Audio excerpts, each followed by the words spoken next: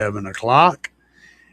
Just like every other Sunday night, we go live at 7. We go live at 9 on Fridays or thereabouts. We are just hanging out in here. We're going to be talking about car audio stuff and whatever else comes to mind because a lot of other things pop up. But if you guys aren't here experiencing the live show, the way this works is people pop in, they start asking questions. I answer the questions. Usually have some topics to kind of cover whenever the questions are thin, and we just go until we run out of juice. So let's get this party started, baby. I want to show you guys something kind of cool. We're going to go there and we're going to do that as we wait for people to show up. So here we go.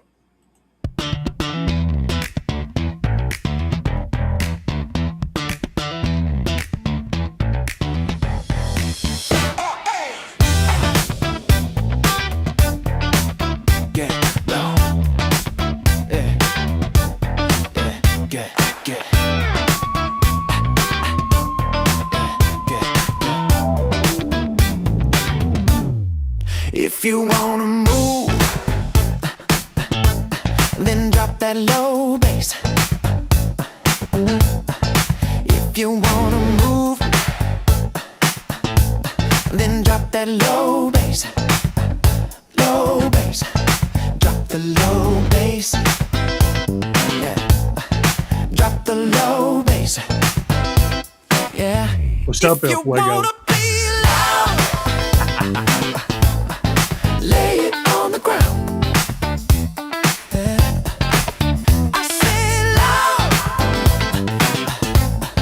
Lay it on the ground. That was something I've been working on tonight. If you wanna drop it to the ground. Y'all let me know what you think about what my direction is down here. Drop it to the ground.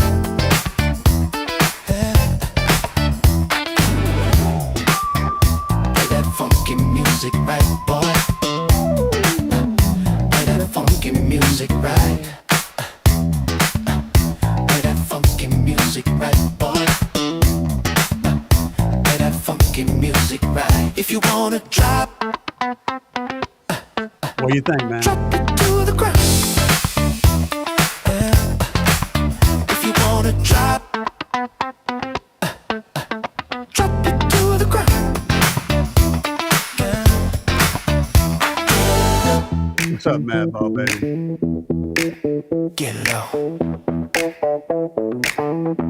You gotta get low. Gotta get low. Funky, if baby. you wanna move, yeah, baby. Then drop that low bass. If you wanna move,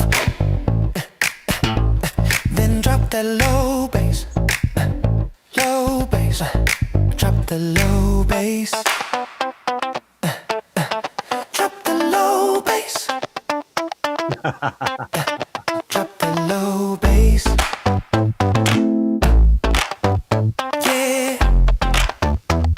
Yeah. Now, I got a lot of work to do on that track yet. It ain't finished. But I've done a ton of work already. So I was just dropping it on you guys. It's in probably about 50% finished. But I got lots of cool stuff to talk about tonight. So I want to show you guys something else right here. This is Joseph's car. And he's doing a little walk outside demo. Y'all check this out. It's a short. And I'll spend the rest of my life running from myself.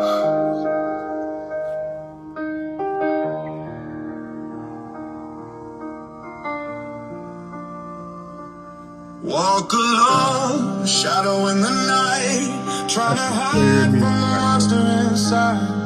Every face, every town I pass, feel the rage that I cannot suppress. Friends don't stay, love turns away. Every heartbeat fights another day. Chains unseen, I wear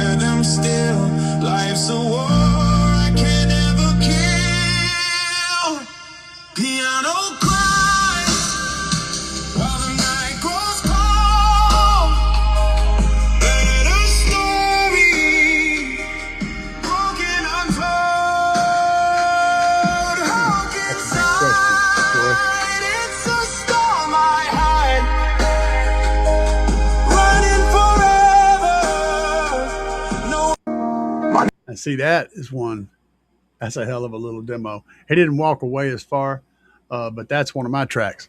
And I noticed that the bass, he's tuned a little high, so his bass didn't come across on there as well.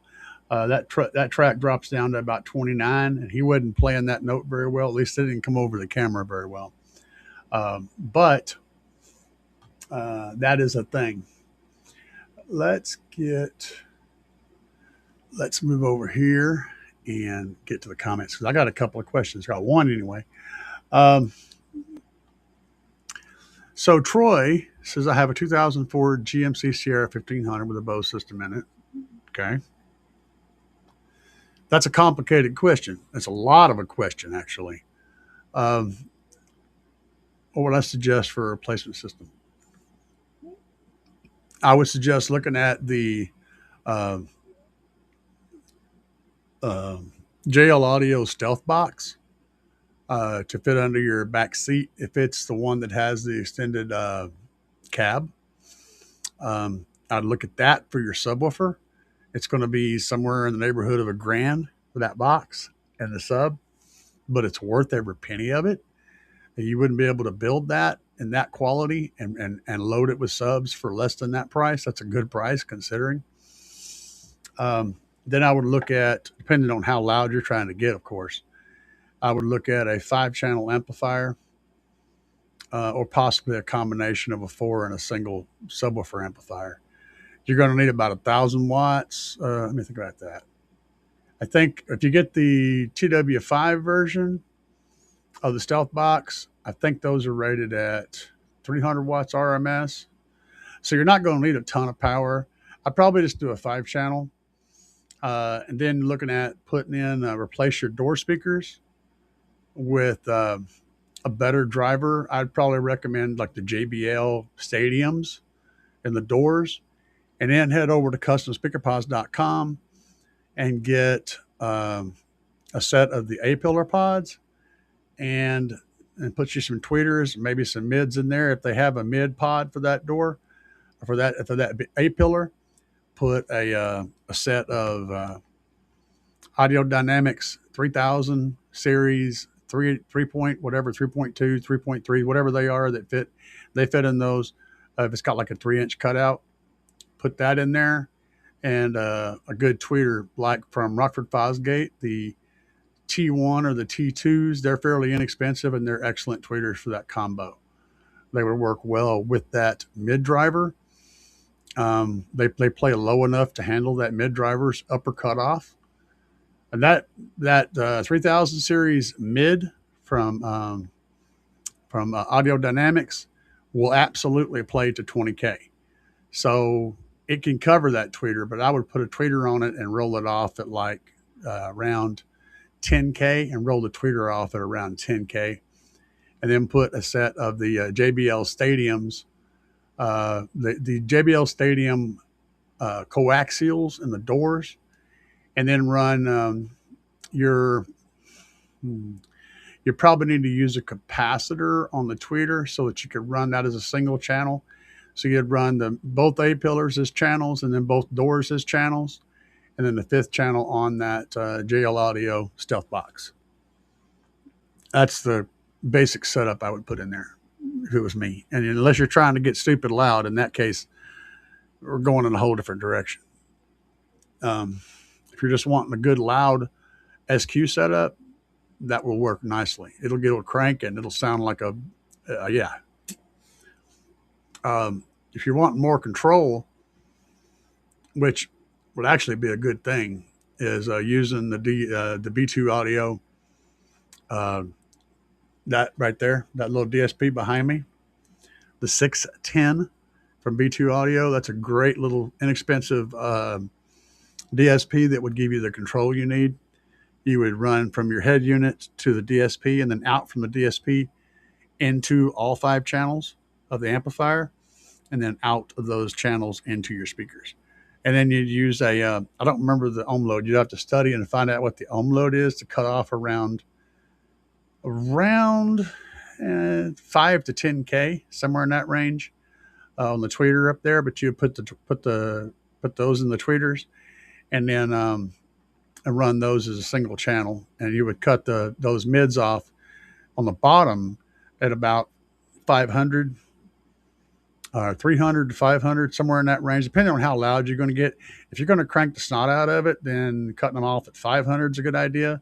If you're just going to play it kind of low and kind of chill and kind of mellow, then you can probably go as low as 3. But I wouldn't go any lower than 3 or 350 or something like that. But they're gonna really pull the presence up high and give you a really good high image for your sound. And the door mids are going to give you a lot of full feeling of the room. They're going to light up the space in the cab.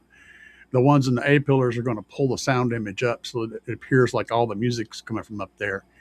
Those door speakers will also help to bring the bass forward, because most of the bass is going to be coming from the back, but the door speakers are capable of playing easily down to 80 hertz. And so they're going to pull the subtle sounds that they make in those bass notes are going to pull that bass forward and give you more of a forward, left, right bass instead of a bass in the back kind of a sound. It's a lot, and then a whole lot of tuning. For that kind of setup, you're probably looking at an amp that pulls maybe 100 amps. So you probably want to put a small battery back there. At least like the Big Jeff Audio, the Big Jeff lithium battery would be perfect for that kind of a size. That way you're not going to be straining, not going to be dimming headlights and stuff. It'll be nice and consistent. You'll get all of your mids will be nice and poppy. Your dynamics will hit nicely. Having a small battery right there to pull from is going to help even out that voltage pull, that current pull. So that Big Jeff battery is like $300. And it would absolutely support, 1,000 watts or something like that. You could probably support it fine off your stock system, your stock electrical, but I would suggest adding that just for to smooth out that current draw, so you're not dimming your headlights and stuff, and also to give your dynamic hits more presence. They'll help the amplifier a lot by having a battery to pull from, a good strong battery there to pull from. And if you go through them, the Big Jeff lithium battery, use my discount code CAE, get a discount off of that. And for the A pillars, if you go through them to customspeakerpods.com, discount code CAE will get you a discount there as well. Let's see what else is going on in the chat. I got caught up in that one. What's up, Franco Quaid? Real Cisco said each amplifier wired down to 1 ohm and simply just gain match. Do I have to do a DSP or epicenter, or can I just rock it? Okay, I'm missing something else. Did he say something else? No problem, Troy. Down to 1 ohm. Okay, so he's got 2 amplifiers wired down to 1 ohm. Simply gain match. You don't have to have an epicenter. An epicenter is a completely different beast from a DSP. They do totally different jobs. A DSP is a good choice because you can gain match your amps, and then you can use a DSP to control the level of both of them together. It's a very helpful thing, but you don't have to, because you can also use like a bass knob, send a signal to both amps to go through a bass knob and control it that way. But I will say this. Bass knobs often introduce noise in the system, so keep that in mind. But yeah, you can rock it like it is.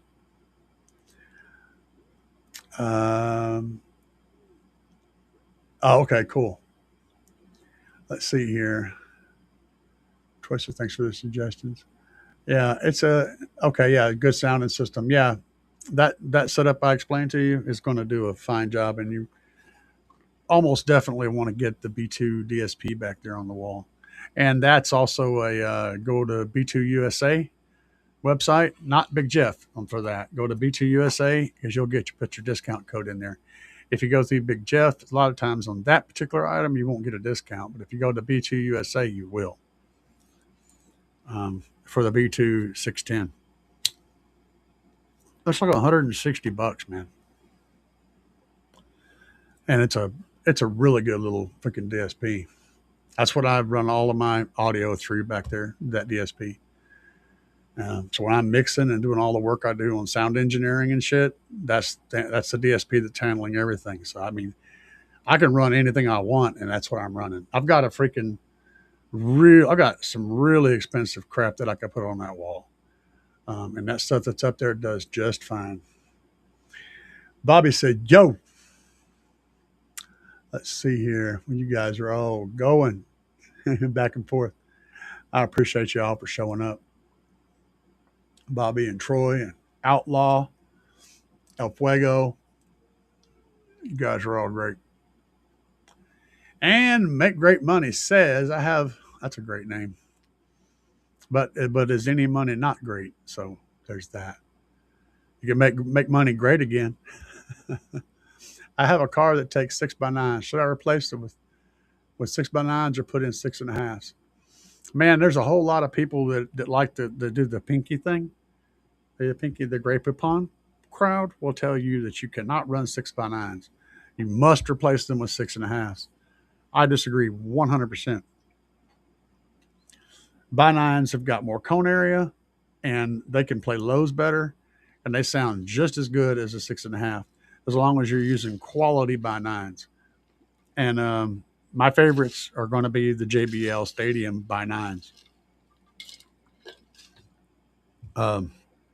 If you're wanting quality sound.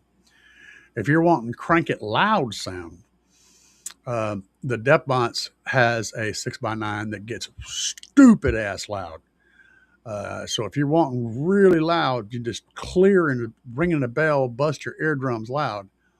That's what you want. But if you're wanting something that's going to give you a really round and solid sound, and most people want that, then you want the JBL Stadiums. I really like those 6x9s. They're great. I like that whole line. The Stadium line is just, they're just good, man. They get plenty loud, but they have such a great sound to them. Let's see here. Is it still worth using a DSP with coaxials? Yes, because you can control the cutoff points and you can control the time alignment. Also, if you want to get crazy with coaxials, most of them you can separate and you can EQ them differently. So you can actually do DSP work on a coaxial as a single entity or as separate entities. It's very doable. On modern coaxials, most of the time, the tweeter wire goes down into the magnet and comes out the back of the magnet and then follows it over into the terms. You can just cut that and hook up right there and have it totally separate. The cool thing about a coaxial is it puts a tweeter in the same exact location as the mid, which means that all the sound is coming from the same spot. And that's actually a plus. Okay. The pinky guys will tell you, oh, your tweeters have to be high, and no. It's more important that all that sound come from the same spot. The reason I sent him to that particular setup with the coaxials and the doors, and then basically building coaxials for the dash, for the up high, is because having those mids up high, in addition to the doors, gives the presence up high. It pulls the band up high. All the important information is from up high. The bottom is just going to fill in the room and make the whole room come alive. So absolutely, yes. What's the difference between gain matching and two amplifiers, or comparing it to strapping them up? Everything. The only thing those two options have in common is running two amplifiers on subs. Other than that, everything's different. Strapping basically makes two amplifiers act like one. So when you set all the controls on the master, the gain and everything, all the stuff that you can set on that master, basically does the same thing to the slave. So the two things that happen when you strap an amp, one is you turn them both into one full bridge amplifier. Okay, so you can only strap half bridge amps. So you essentially turn both of those two into a full bridge amplifier, and they work back and forth. Whereas one amp will push, a half bridge pushes and then rides it back. A full bridge pushes and pulls it back. That's why a full bridge can be so much more powerful in the same footprint, because it does both ways. Whenever you put two half bridges together, you turn both of those two into one big full bridge, and they can push and pull both directions. They assign jobs, the different jobs to the two amps. Then the next thing that happens, that's one thing. The second thing that happens is the master will be the one that gets the controls. So whatever you set all that the points on that master is what the whole thing will experience. So when you strap two amps, you're basically building one big amp. Whenever you're game matching two amps, you are setting the output level of both of those amps. Now, which is going to give you more power? Well, it kind of comes down. Oh yeah, when you strap two amps, you're also doubling your own load, so you should be getting the same power no matter which way you go. If they're strappable though, it's easier to strap them than it is to game match. Game matching usually doesn't get you perfect symmetry. You can get real close, but not perfect. Whereas strapping, you don't have to worry about that because you just have one gain knob to set. That's for you, that's the big difference. You're going to be using the same ohm loads because let's say you got two 1 ohm loads and you're putting it on two amplifiers. Well, when you strap the two together, you're going to end up doing the same thing, but you're going to be using a 2 ohm load instead of a 1 ohm load on each side. You're going to put a 2 ohm load on the combo. So you're going to get the same power. If they're strappable, strap them. Oh yeah, Fuego said CAE getting the Big D Wiz nod is one of the top 25 underappreciated car. I saw that. I commented on that video, and Big D is one of my big channels that I appreciate. I even watch his old school amp stuff and all his crazy ass reviews. He reviews some really crazy stuff. But what I appreciate about Derek is his honesty, his integrity, his personality. You know, he's a real person. He doesn't play somebody else, and he's not this guy and then this guy. He's the same guy. And his overall outlook on life and the way he treats people and stuff is very similar to mine. So I feel for the man. He's a good guy. So I watch him because I like him. I started watching him because I liked the stuff he was making. I kept watching him because I appreciate him as a person and the stuff he makes. So yeah, I'm very happy about that. Exactly. A Bi9. See, the reason Bi9s got such a bad rap back in the day is because the Bi9s that people were replacing these speakers with, they were all crap. They were all, made to the cheapest possible price, and people were buying them to replace these 6x9s. If you wanted a good speaker, it wasn't going to be a 6x9. It was going to be a 6.5.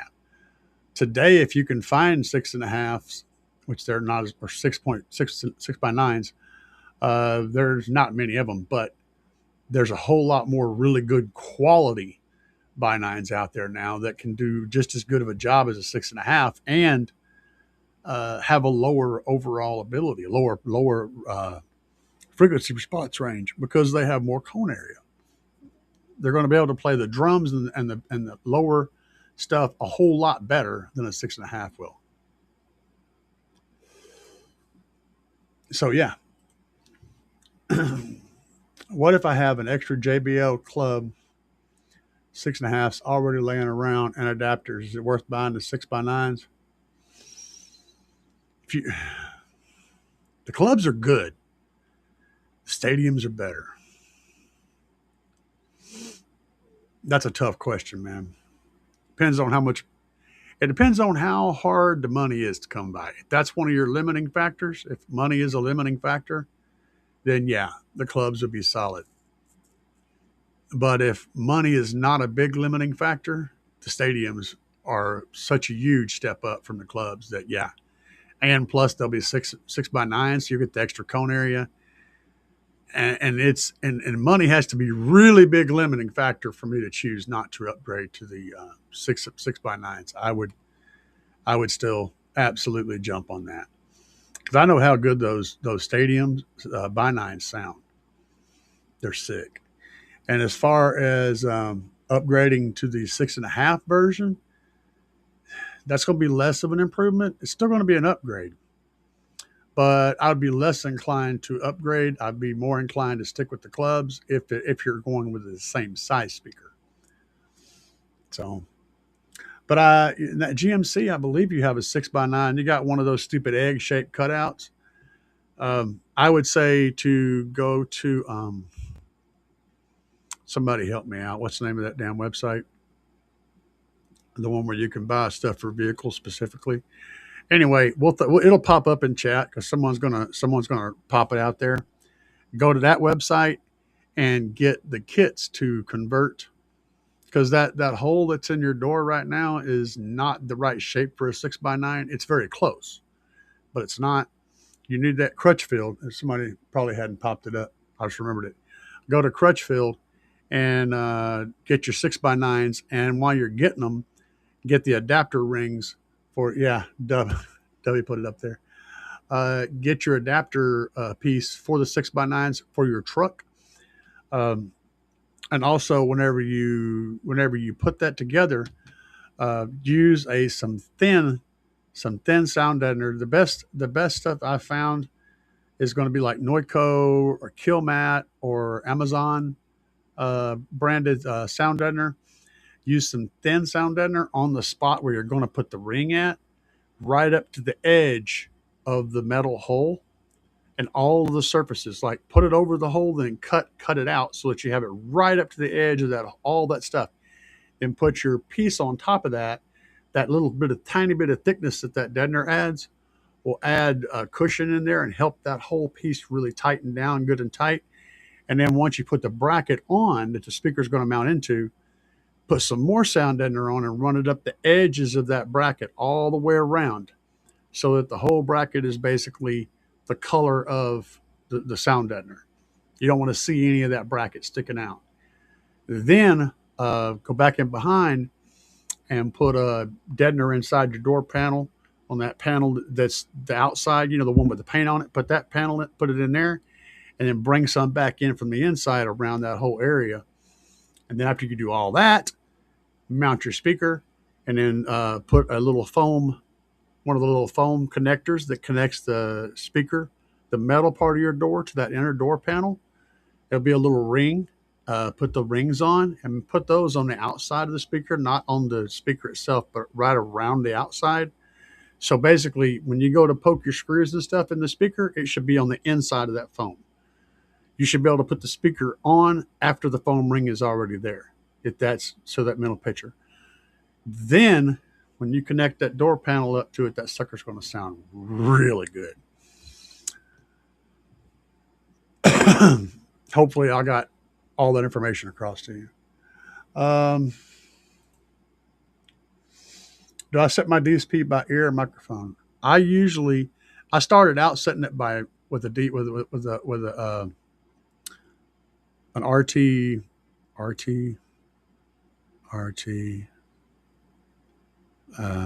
I started out setting it with an RTA, and I spent several years using RTA and RTA mics.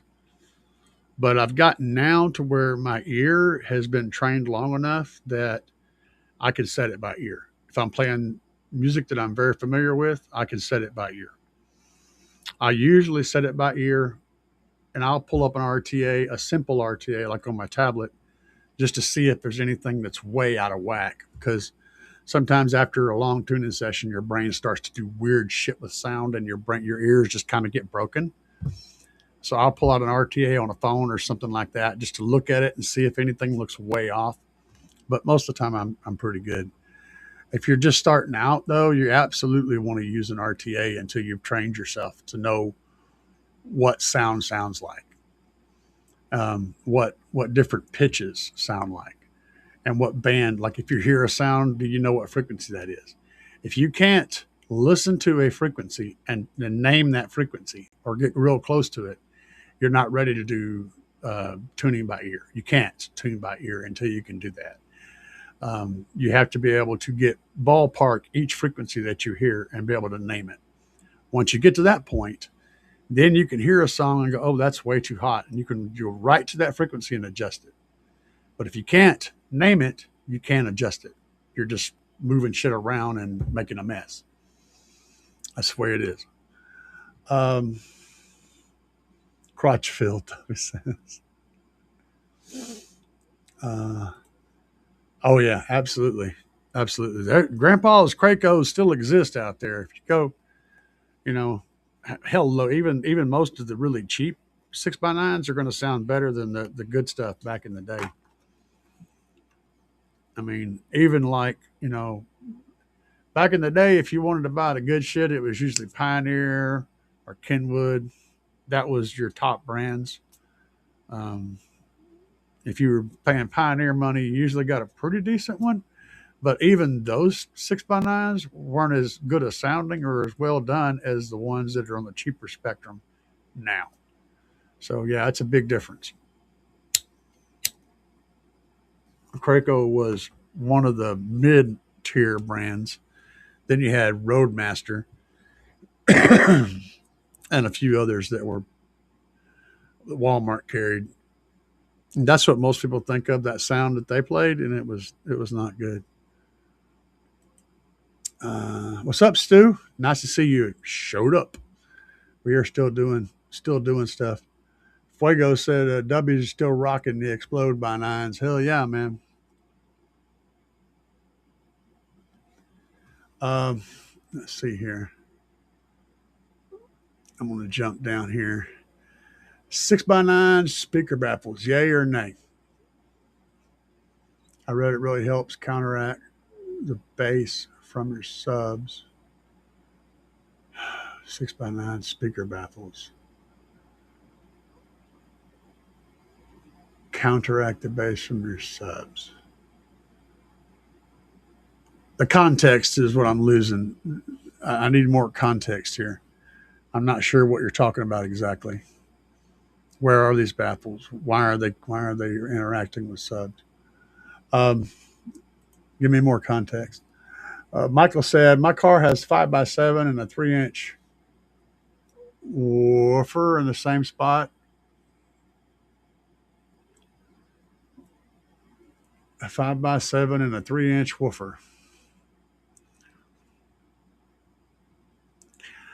I don't understand how that happened. First of all, I don't understand the 3-inch woofer in a car. I'm guessing you mean like a mid or something. No, you could go a really good choice in a 5x7 is Alpine Type R 5x7. It's one of my favorite 5x7s. And then you could go to shit, man. If you put an Alpine Type R coaxial in that 5x7 hole, you can just eliminate that 3-inch, whatever it is. Those Type R's get down. But you could always put a middler in there, or just disconnect it and leave the one that's in there, but not playing, or let it play. I don't know. It's probably going to get blown if you're upgrading. I don't know.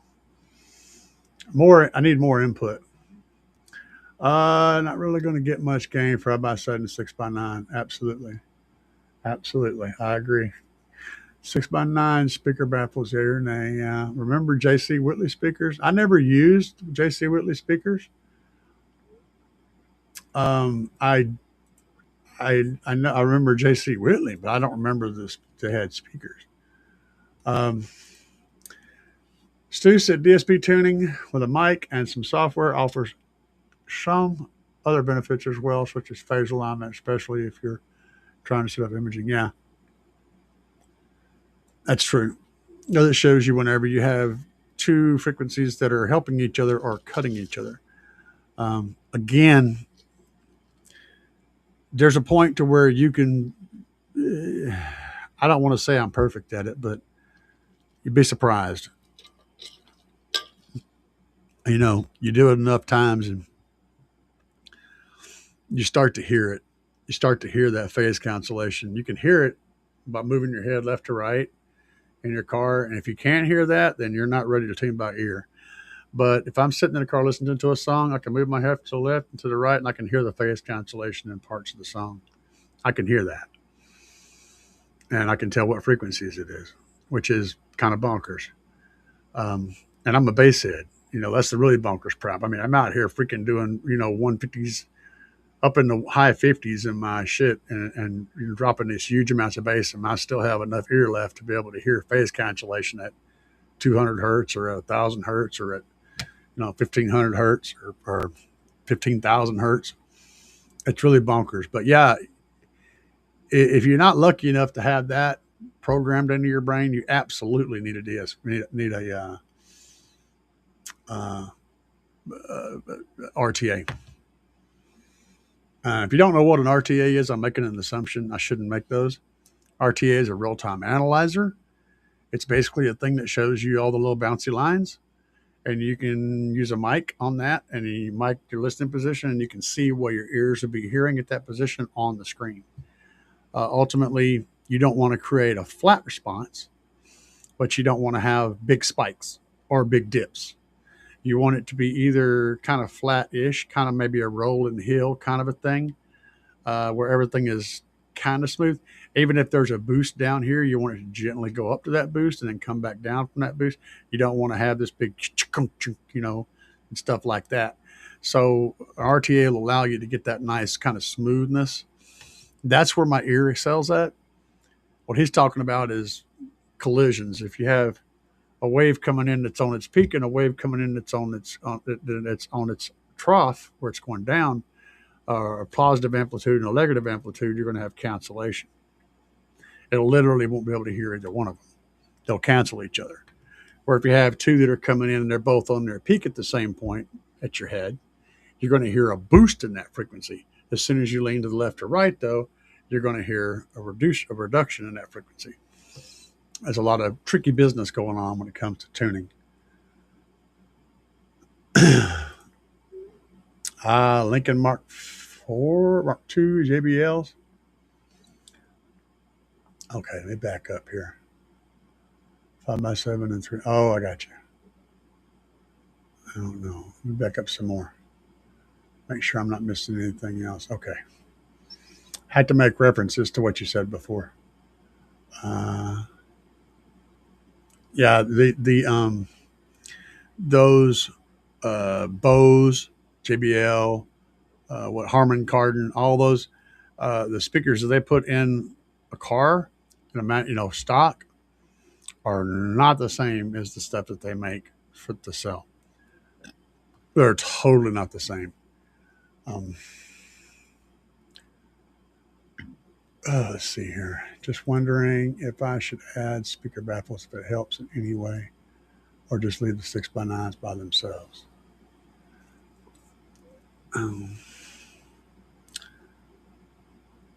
Baffles. See what a speaker baffle. Oh, I know what you're talking about. I think. So a speaker baffle is the thing that you mount the speaker on.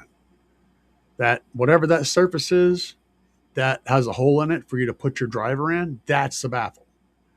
So I think you're talking about is like the little cup that goes around behind it. You're going to sacrifice some mid bass, quite a bit of mid bass, actually a whole lot of mid bass, but it does protect the driver. I usually, if I'm going to suggest those things, I suggest them on small speakers because they're not going to be producing much bass anyway, and it's going to help keep other resonances from hurting the speaker's cone when it's trying to do its job. But for a bi-9, no, don't do that. Just sound deaden the shit out of it, like I told you. Follow those directions exactly, and you'll have amazing bass response.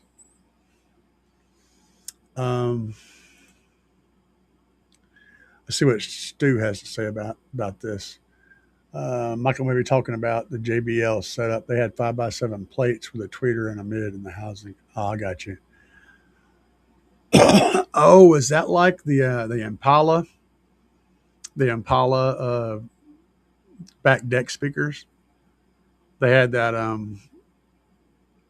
some kind of 6x9 with a little.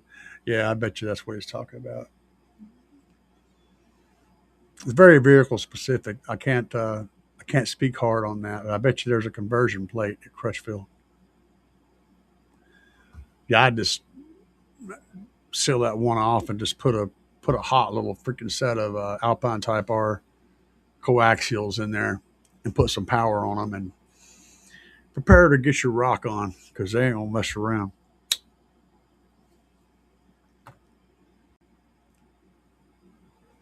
Yeah, okay.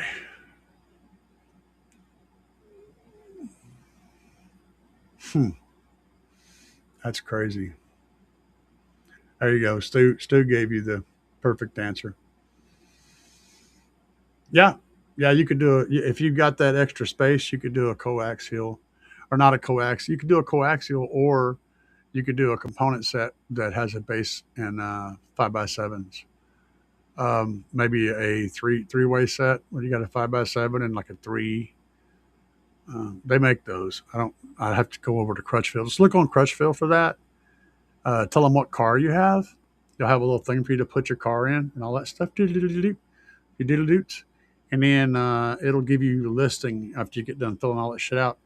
It'll give you a list of all kinds of stuff that fit in those doors. So you'll be able to easily find something. And if they don't have the thing that you want specifically, you can kind of Frankenstein it in there, but they'll also offer different parts to help convert things from one thing to another thing. It's a very handy website. Really, really handy website. I will say this, though. First of all, you typically pay more for everything there, not by a lot, but by a little. However, they also a lot of times will include a whole lot of cool stuff in there for free. So you may pay more for the 6x9s or whatever it is you're buying, but you may be able to get the adapter plates to make them work in your vehicle for free. A lot of this, along with information on how to take your door apart and how to install the parts and how to disassemble. They have a lot of really cool stuff there. Go check them out.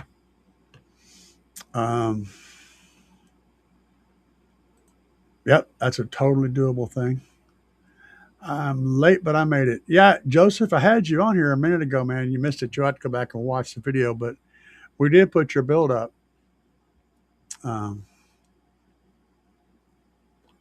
Right at the beginning of the show. Stu said, welcome. And Paula had a 6x9 and a tweet that were actually bi-amp from the factory in the Bose amp. Yeah, I know that little Bose amp right in the middle of the back dash. Yeah. I just got recently been dealing with those because I had to build in Troy's car. We pulled all that crap out of there and plywooded the back deck, glued plywood and glued and screwed plywood down to the back deck. And then to totally make it hard and solid, and then put the material back on the inside to make it go away so you couldn't see it. That was a good thing. We were building that trunk wall, so we had to seal that sucker off. And we did. We sealed it off good. But I had to get all that crap out of there, and that's where I spotted one of those. He only had one on one side. It was the other hole was empty, and the hole for the amp was empty, but I know that's what went there. Side note, a lot of times when if you've got a trunk build like that, if you're doing a trunk car, you can absolutely mount your 4-channel or even a 5-channel up a lot of times right up in the back on the back dash up underneath it. You can mount that sucker up under there. Just make sure that the spring mechanism that lifts your trunk up isn't going to hit the amp or get interfered with in any way. It's got those 2 bars that go across. You don't want to be involved in that. But as long as you can clear all that, it's a great location to put an amplifier for a trunk subwoofer setup or whatever, because it puts it up off the floor so it doesn't get wet whenever the trunk gets water in it, stuff like that. And also isn't involved in your packages you might be putting in there. And it gives you more space for your subwoofer enclosure to sit in there. Just a side note. I used to do that a lot. The only downside is, well, you had to watch for those springs, but you've also got to lay down in the trunk and like get up under there and work up above your head like that. It's kind of weird, but the end result makes a really clean install. And Joseph says, been a minute, been busy moving. I noticed that the lows on the Incredible Hulk did not come through, and I can play the lows on my system. So off your video, they were missing. I'm wondering if maybe your tuning was high or your microphone just didn't pick them up. I was wondering about that when we played it. But sounded amazing. Yeah, your mids and all sounded really good. Fourth Order is coming. Took the face off a few hours ago. I'm going to be baseless for a little bit. That's such a sad place to be, man. I hate going to that place. That place sucks. The no bass place. Ugh. I got I got earphones. I'll put those in. I got to have my bass. I got bass in my studio. Got bass. Not these. These things suck. I got my little bassy earphones, wherever the hell they are. Oh, these little guys. I love these things. Check them out. So they come in this little box here, and you watch the front of the box. Watch the front. When I pull one of them out, as soon as I pull it out, see that light come on? Yeah, yeah. The little thing it's already connected to my phone. As soon as I pull it out of here, and when I put them in, when I put them back in, it disconnects from the phone and it starts charging them. So it's really neat. I love it, man. Technology is awesome. I love the Chinese people.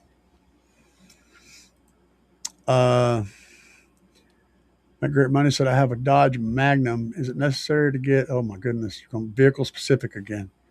Is it necessary to get? Okay, the Stadium 6x9s for the two rear locations. No, just leave those suckers dead. You don't need speakers in there at all. All the way to the tailgate, or can I just use club 6x9s in the back? Yeah, just whatever. You don't want to put any effort into those rears. You're only going to get about 20% of your sound from the rear anyway, and it's going to screw with your staging. So if you want to put something in there, just use the clubs. The stadiums are where to go on the front, though. That's where the real power comes in. I'm loving this too. Custom shop design kicker, Comp Q15 sub box, amazing output on 1,000 watts. I don't know if you guys. I still have some videos up. When I was running my 412 build, my under the window build, before I put the wall back there, I was running 4 12-inch, 500 watts per subs. I just freaked out because I saw Jason behind me. Y'all, that's funny, man. I'm like, what? Oh, it's Jason. Never mind. Caught my eye. I was like, why the hell is somebody behind me? Yeah, I know. I'm an old man. Y'all leave me alone. Anyway, what the hell was I talking about? Let me read the last question. Oh, yeah. Okay. So I had those 4 12s back there. I had them on 2 1,000 watt amplifiers, 2 Memphis 1,000.1s, and they were the mid tier Memphis, the ones with the blue stripe going across the front, the blue lights that go across the front. Yeah. And I was doing a 150, a 149 or a 150. It depended on how you measured it and everything, but it was right at that 150 range on 2,000 watts. And I could have got a lot louder than that if I had done some different stuff, but I wanted it to be substantially louder, so I had to go a different direction. That said, if you have enough wattage and if you have enough wattage to power the driver to move the full excursion and do its full job, you're going to get a huge amount of what that driver's capable of. You can always get more with more power. Because it's going to be power limited. It's not going to fully utilize the potential. But that said, you can get a whole lot with a little bit of power. It's all in the box. And if Stu built your box, you're going to get a shit ton of efficiency out of that box. He builds shit right. I like Stu.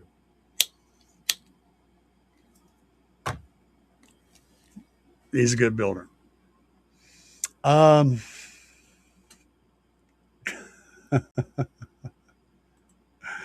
Oh goodness. It says, hell yeah, Flakes. Corey did a killer job getting that thing built, doing your setup. Awesome. Cha-ching, cha-cha-cha-chia. That's what he said. It took me a second to realize what he was saying. Cha-cha-cha-chia. Yeah, that's it. I'll play it one more time, Joseph. Check it out. We'll go back over to Joseph. Maybe, I don't know. I'm probably screwing this up. I usually screw things up. Oh, there he is, right there. He's My hiding. name is David Banner, and I'll spend the rest of my life running from myself.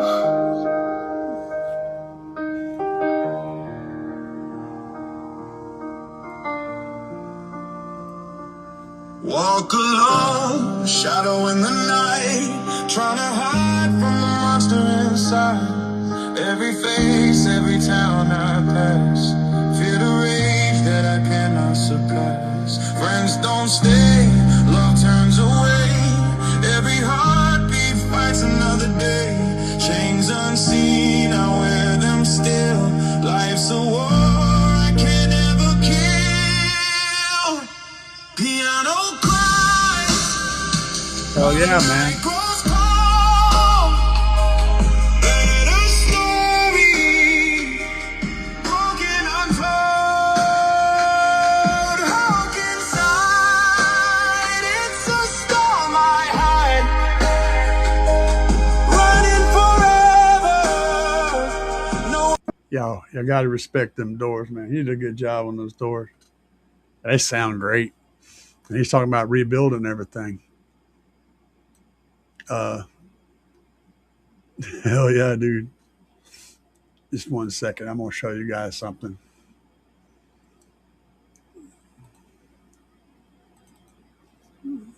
Catch it here.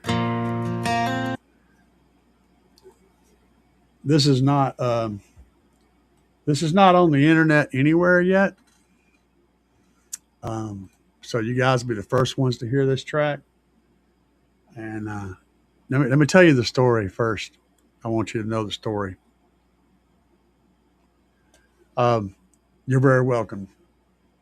You're very welcome, Joseph. Years ago, now I was a teenager. It's been a long time ago. My friend, I had a really good friend that I grew up with. He was always a kind guy and everything, a good-hearted person. My people were always like that. I keep people like that in my life. Even when I was a youngster, I wasn't stupid. I kept good-hearted people in my life. Well, he got married, and then something happened to his brain around this woman. he he was abusive to her, and I got in the middle of it a lot over and over again. I ended up throwing him through a window once, the kitchen window. You know, kitchen windows are above the sink. Okay. I threw him through that window out into the yard. This house had a good sized crawl space too. So y'all know this was a drop. Anyway, we had some go rounds between, I got in between him and her on many occasions. Well, she finally had enough of it. I had moved out because with me intercepting him all the time, she started getting the hots for me. And I was like, nope, this ain't going to work. And I was living there for a little bit. I was staying with them for a few months, helping pay bills and stuff because there was, everybody was kind of struggling. So we were just kind of living together. But she started with that. And I was like, no, I got to go. So I left. As soon as that started happening, she started coming at me. I grabbed my shit and took off. I was homeless for like 2 weeks after that. But I survived. That's not important. She a year or two after that, she ended up leaving him. He went pretty much crazy, as you can imagine. He was very, very, very deeply in love with her, and went crazy. And he got past that to a small extent. He ended up picking up a girlfriend. He was always with somebody because he's one of those guys that just could not live without a female in his life, and a lot of people are like that. I'm sure you guys know all about that. But anyway, his last girlfriend that he was with had left him. She had gotten enough of him too, as one does. So he calls up this girl. He can call her. He sent her a text message. He said, is there basically, to cut it short, he said, is there any way that you would possibly take me back? And she said, no. And I don't know exactly how the next part happened, but the next day they found him in the trailer where he lived. and he had shot himself, gun, mouth. That stuff had happened, and they found him in the living room floor. Um, so, yeah, it was pretty much a train wreck of a situation. Well, I was I just randomly started thinking about it, and I was like, I just got to get this out of my system. So, this is where this song came from. It isn't the exact story, but it come from the same place. So y'all listen to this and tell me what you think. This is the first time this will be played anywhere. I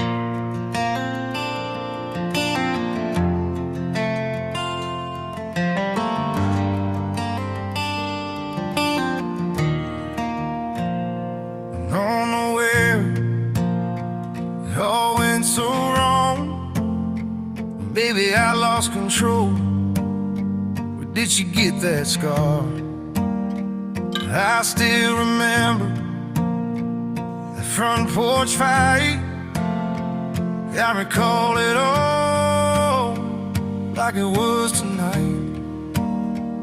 Her tear-stained face, her bloodshot eyes, a trembling hand as she waved goodbye. I'm on this train now, I'm all alone. I loved her so. Where'd I go so wrong?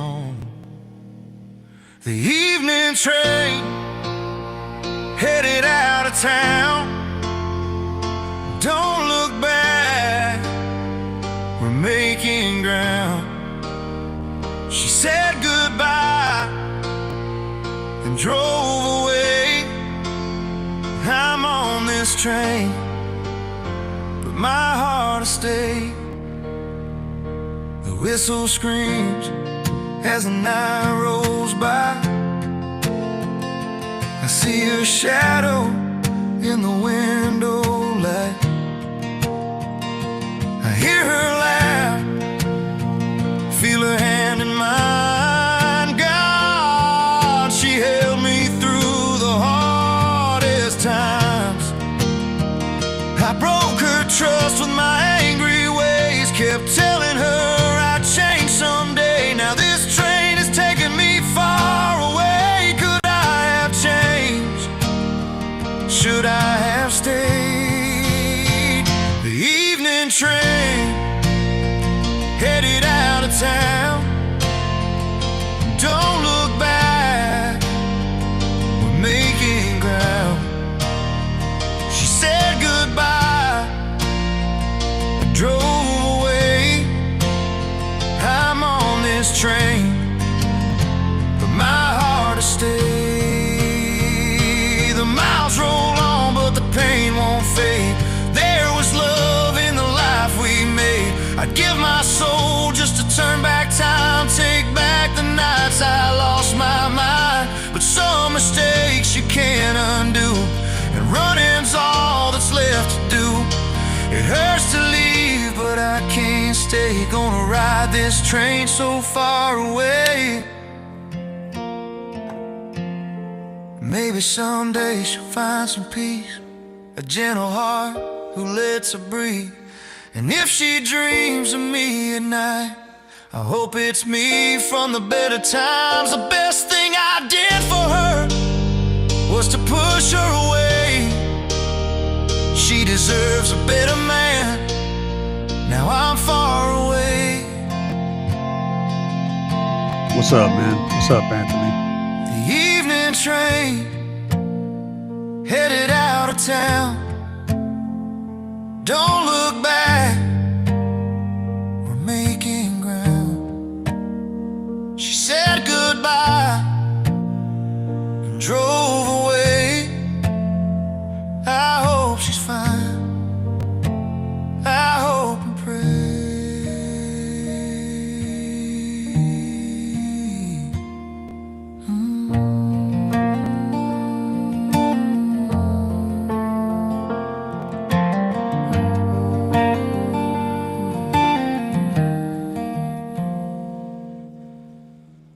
So what do y'all think about that? What's up, Cadillac Don? I told y'all this shit was deep, man. It sits heavy in my heart. to this day. That's been, man, 12, 13 years ago. This shit sits heavy in my heart to this day, man. I can't. You don't lose that.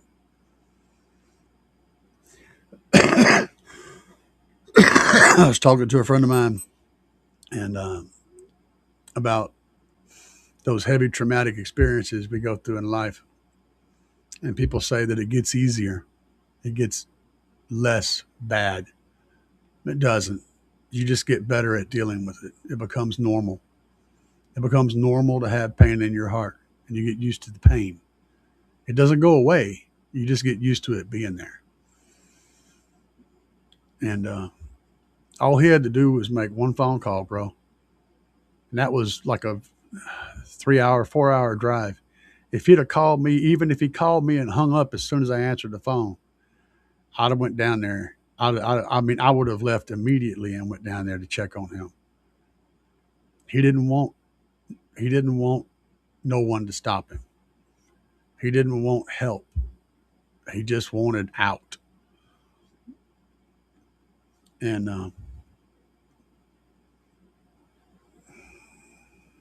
I don't even know where to go, man. Sorry. This is just the shit that I live with. You know, every day I live with this shit. I live with this pain.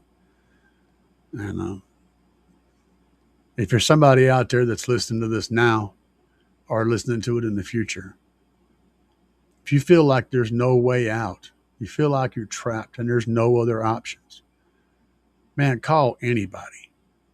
I mean, shit, call me, you know? Because I promise you, this will pass. Whatever it is you think you can't live through, that shit will pass. And you'll look back on it later and go, why was I even caught up in that? You know? The things that you're going to do to yourself, you're going to lose all the potential that you had. You're going to make everybody around you sad. They're all going to miss you. They're all going to think that they did something to cause that. You know, don't do that. Call somebody, because you will be happy that you did later. It will pass. Now that I've gone down that road, I'm going to try to get back into car audio. I needed to get that out of my system.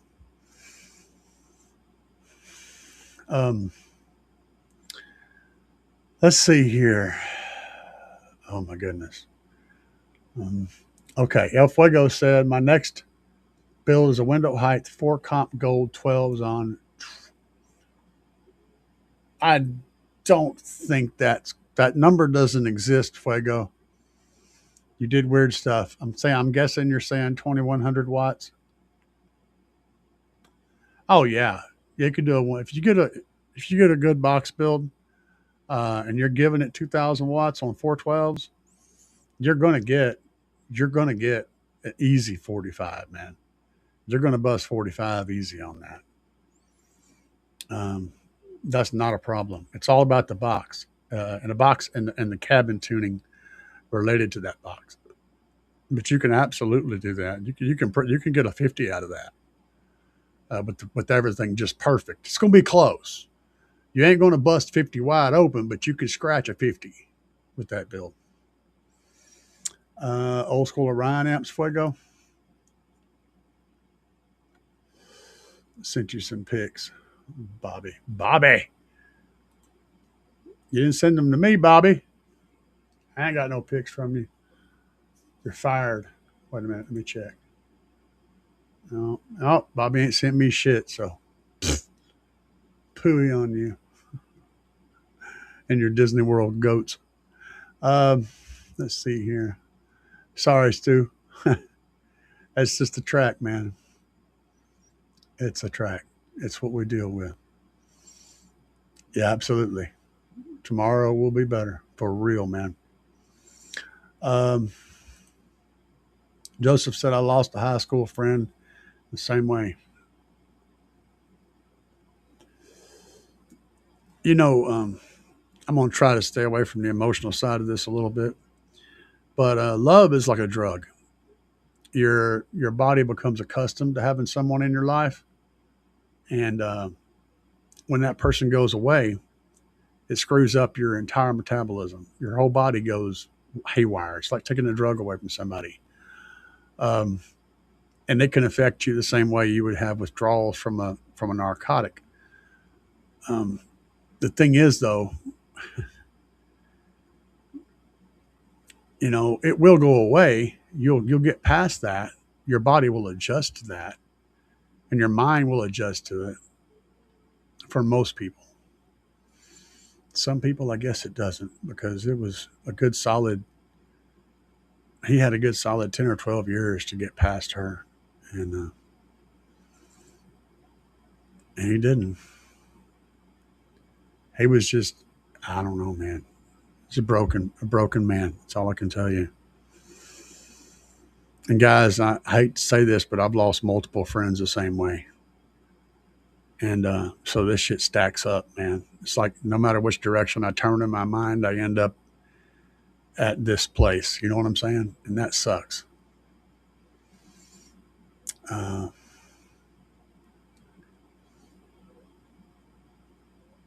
I've actually written a couple songs about this subject, but yeah. Group consensus, mid range, and pillars or dash. It depends on the window.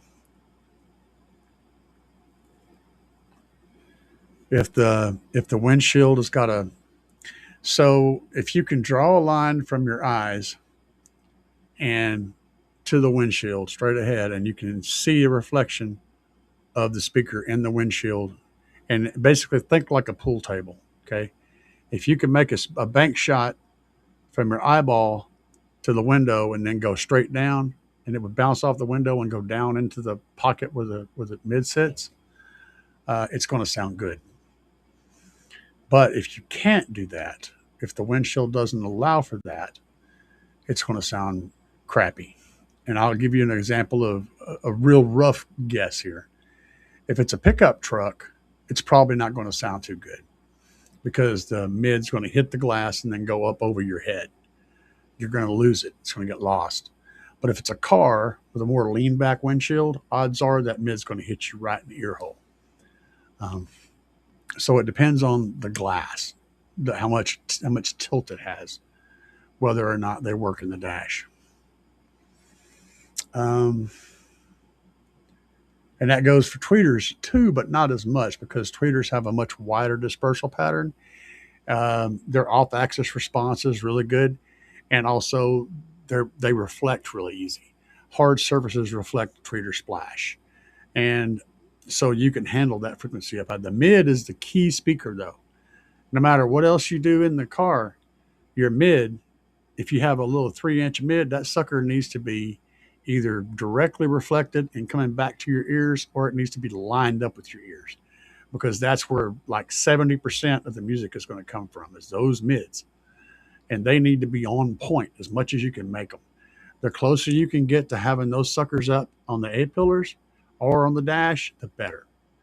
Um, so, like I said, that's my opinion. Is it depends on the angle of the windshield, and also is the dash mounting location a solid one that's going to provide a good baffle. So you don't want to have mids can get around stuff too. You don't want to have the mids coming around from behind the dash and getting involved in the front of the cone because you have cancellations. That's where you wind up with those low frequency cancellations, like 150 hertz up to like 300 hertz. Those lower frequencies are actually pretty long, and they can get back around and cancel. So you need a good sealed up environment that separates the back of that speaker from the front, or you need a pod that has them wrapped in behind so that their sound stays separated, or you'll wind up with a low response in the bottom part of your RTA from those, and that's going to give you a hole because your doors are going to play too, but they're down low and they're not aimed at your head, so you're going to lose that response area is going to be a hole in your RTA graph. You have to protect that. That's the weakest spot in a car audio setup, is between 150 and 300 hertz. That's where everything dies. If you're going to have a problem, it's going to be right there. W said pillars for me. Yeah, I like pillars. Like I said, it depends on the glass. Who else is vote? So Tanky, where is he at? I'm looking through here, looking for anybody that hadn't spoke up. Frank. Real Cisco said, it's one that's going to require my balls to read, my eyeballs, not my balls, but my eyeballs. I don't read with my testicles. I read with my opticals. Okay.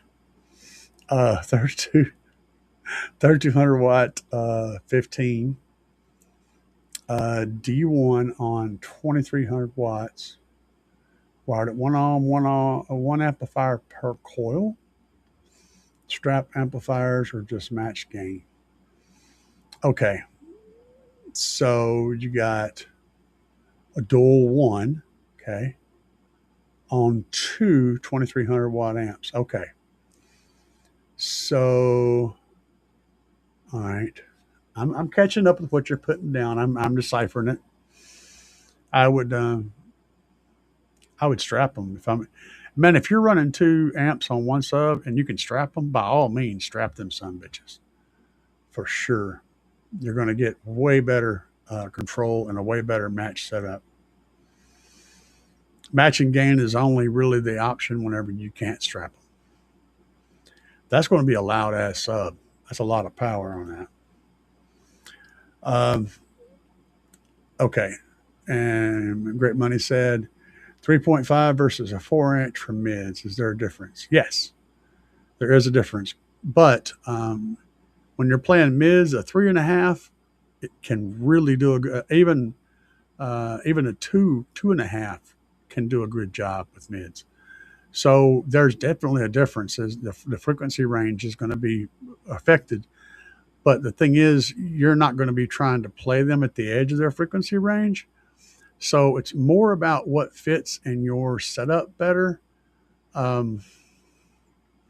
If you can fit a 3.5 to a 3.5, if you could fit a 4 where you're going to go, then a 4 is going to be better. It's the optimal choice. But it all depends on what fits in your location.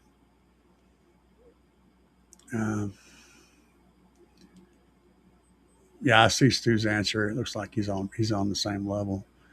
I said balls, Frank. Let's see here.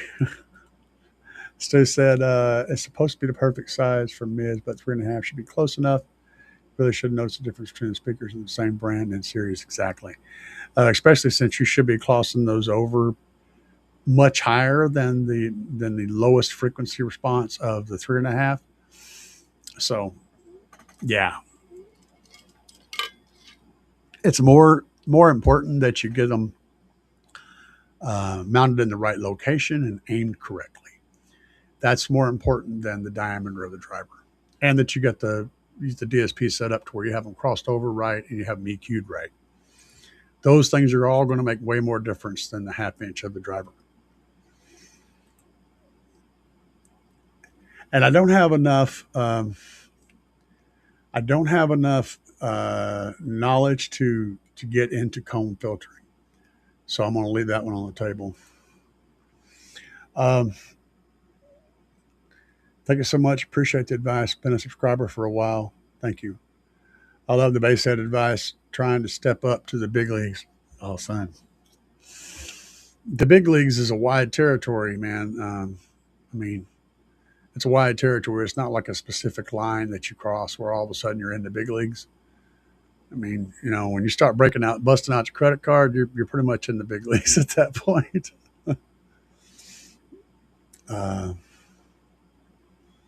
Yeah, it absolutely is, too. Some things you just can't change. I appreciate it, Underground Car Audio. I'll do the best I can. Stu says time alignment is key with mids and tweets. Phase alignment is what you want to use. Okay, hold on. Mids and is what you want to use with mid bass and sub. Yeah, when you get into phase alignment's more important whenever you're playing low frequencies than it is in high frequencies. For sure. It's far more noticeable. And also, like I said, when you're sitting like this and you lean 2 inches to the right or left, you're going to be changing phase alignments. Tons of phases are going to happen when you do that on mids and highs, but it's not going to change much at all on low frequencies. So that's the key. Using a mic for alignment. Stu, what do you do?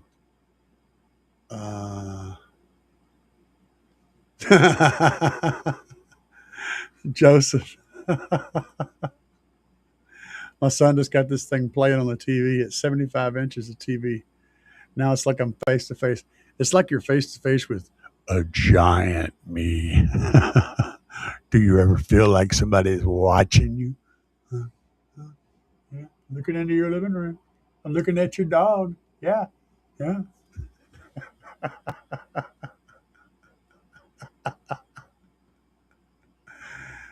I can't imagine being on a big ass screen. It would scare the hell out of me. And it would definitely scare my cats.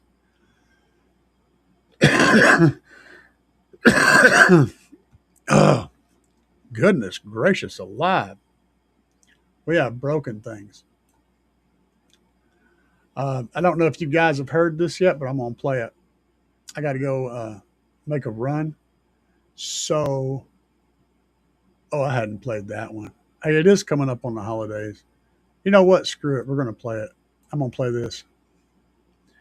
I got to make a little run, took a little break, so I'm going to leave you guys. I'm going to leave you guys to enjoy this ridiculous thing that I did.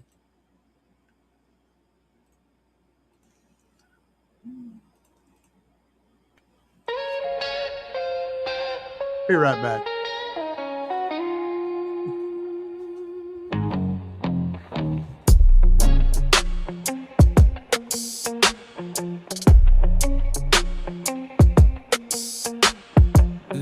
Jingle bass drop. Jingle bells shake while the low notes pop. Snowflakes swirling as the beat rolls on. Now the jingle bass parade is on. Jingle bass roll. The chiming bells blend with the heart of the soul. The bass is dropping on down the street to that frosty beat. What a bright time, it's the right time to let the music play. Jingle bass time is a fun time. Team Savage sound is on display. Key it up, play it loud. Feel that beat, jingle around the street. Team Savage sounds is bringing a beat. That's a jingle bass street. Jingle bass cheer. Holiday joy ringing far and near. Lights are shining as the rhythm flows. Every step the excitement grows. Jingle bells sparkle with a warm bright tone. Bassline humming with a style of its own. Laughing and tapping as we pass along to the jingle bass song. What a bright time, it's the right time to let the music play. Jingle bass time is a fun time. Team Savage sound is on display. Key it up, play it loud. Feel that beat, jingle around the street. Team Savage sounds is bring a beat. That's a jingle bass street.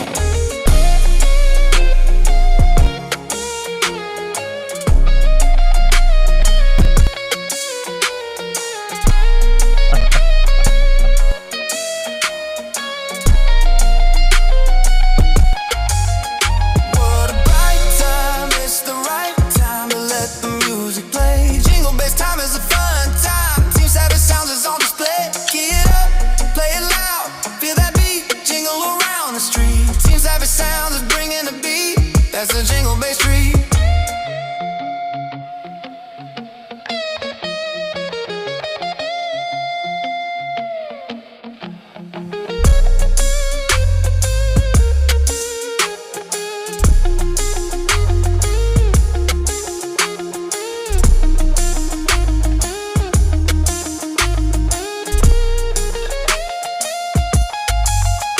What a bright time, it's the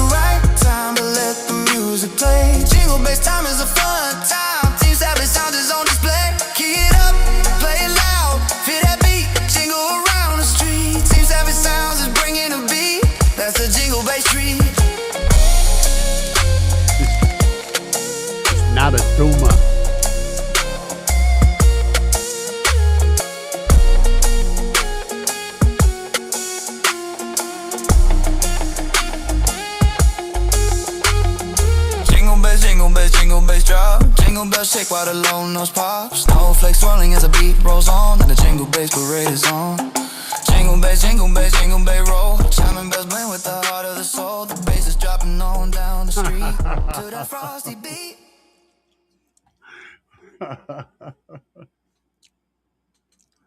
Y'all like the jingle bass? Boys have a preen and girls have a migrainer. It's not a tumor. Let's see here.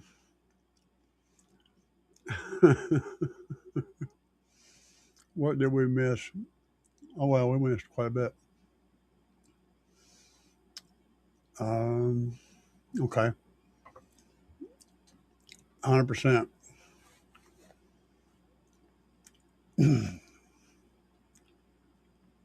Yep. Mics are clinical. W knows no time alignment. Mono knows no time alignment. That's not true, actually.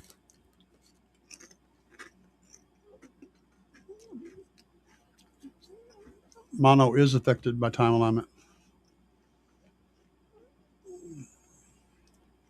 Just ask any sound engineer setting up for a concert. It's all mono.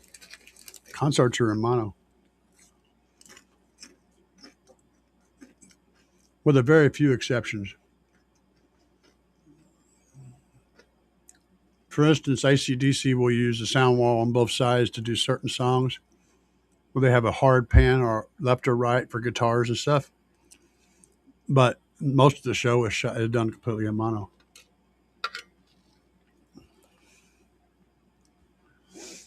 I got buddies that run mono. They have mono front stages. The thing is, though, you can separate and run two mono channels, and then you can time align it and pull the mono collection to the front of you. If you're just wanting the center of the dash, you're going to get that with mono without time alignment. But if you're wanting it centered on the driver, time alignment will do it. Also, time alignment is relevant for subwoofers to get your subs to fire at the same as your mids so that your bass gets pulled forward in your mix.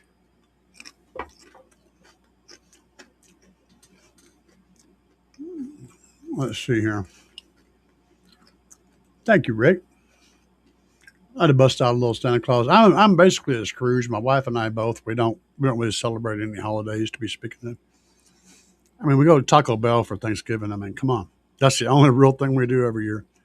Go to my sister's for Christmas, but we just go there and visit. We don't put no trees up or do anything. Hadn't done that in years.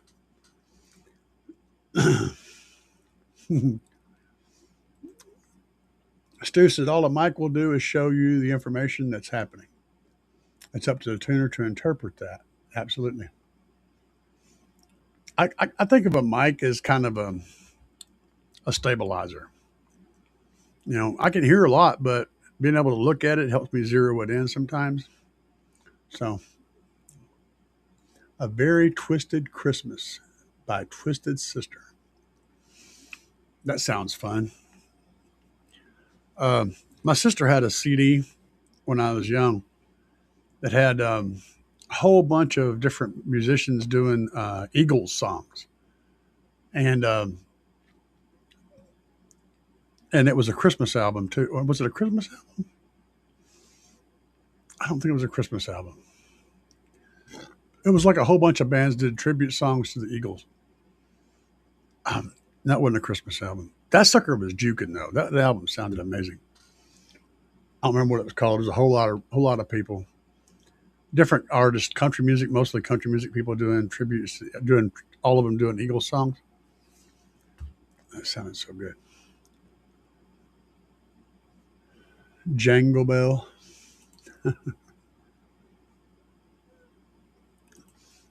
Ideally, yeah.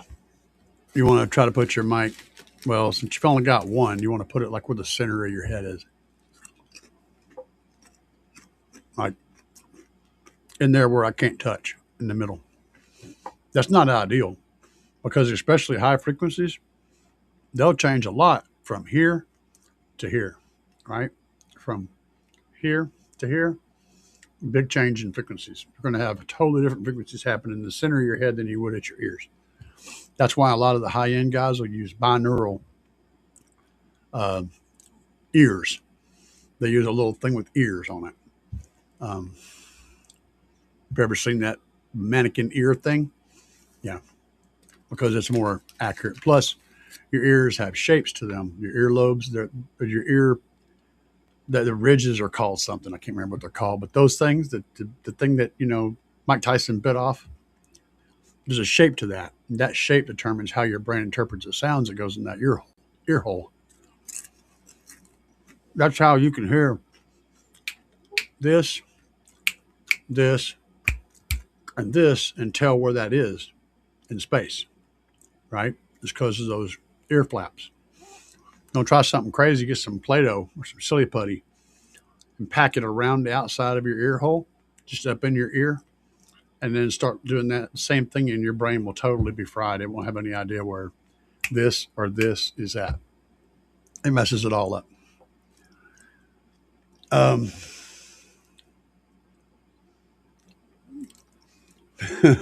When did I become a tuner?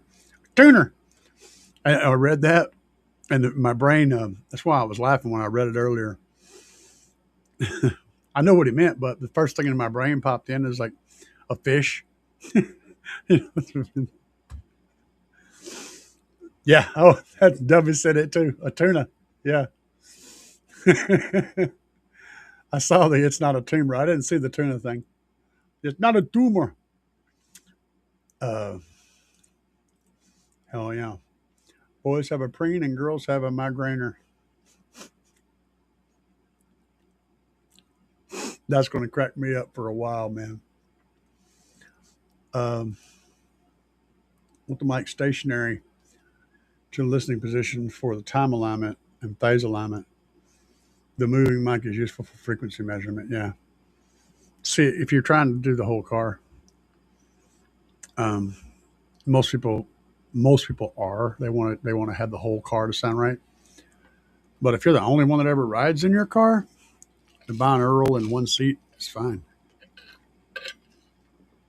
If you just want it to sound the best where you're at, you don't care about what other people think, you don't have to.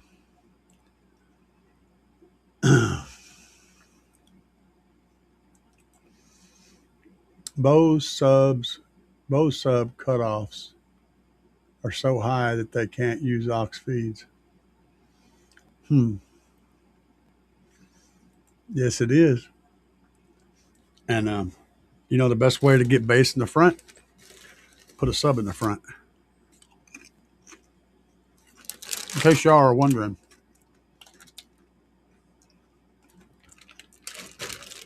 I'm getting down some sweet and spicy. Every now and again, I get a craving for hot stuff.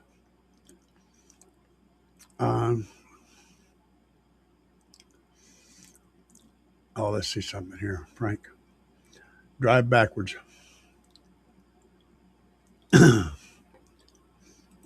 appreciate it, Car Audio Obsessed. Drive backwards. Yeah. Joseph sent me some pics. Hang on a second. Let me see what we have. That is not it. Close that. Hang on a minute. I don't know what kind of stuff I'm going to open up on here because I have other people that send me stuff, and I don't like to put anybody out there that doesn't want to be out there. So, okay. Well, that's a Santa Claus picture. Oh, that's you? Holy shit, it is. Hang on. Hey, I'll check Joseph out. Hang on. I'm pulling back up. Is that the right one? Yeah, that's him. There's Joseph.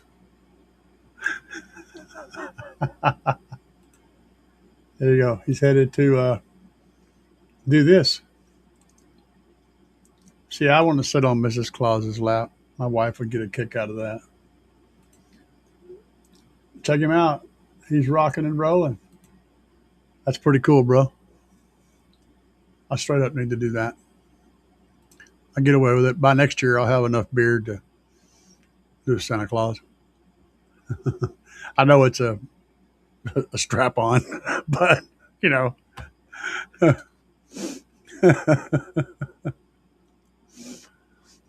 Oh man, let's see here.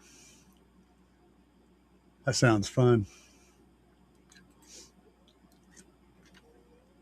When you reverse, things come up from behind you, right? Talking about backing down the highway. Bobby B's custom RCA's looking very pro. Hell yeah. Michael said, my wife just ordered me a Christmas present. Slap Smackdown 12 and a Shock 5K. Oh yeah. That's going to be solid, man. That's going to be chooching right along. Even Stu agrees with me. She sounds like an awesome wife. I tell you the story about what my wife did one day. The one that I've never forgotten this. And I still haven't forgotten this. So like, y'all gonna be jealous. I want to tell you about now. Y'all gonna be jealous as hell. So I walked into the living room and I asked my wife. I said, "Should I do 6 15s or 8 15s?" And our first question was, "Is 8 all that fits?" I said, "8's on the outside of what could possibly fit." She said, "8 then."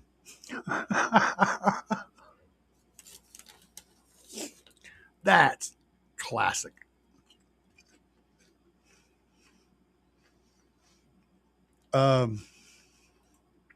Fuego said 12. Yeah. Fuego said, I have a JL 8W3 laying around.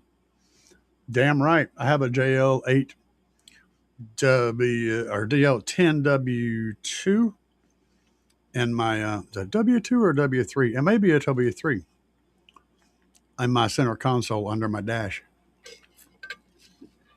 It thinks it's a mid bass driver.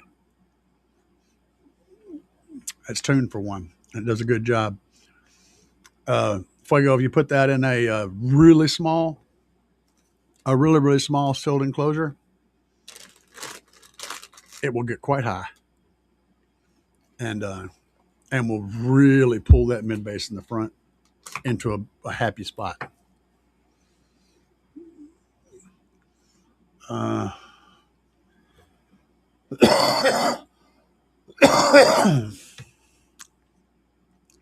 I got to get back to playing Fallout 4. I gotta order that damn game.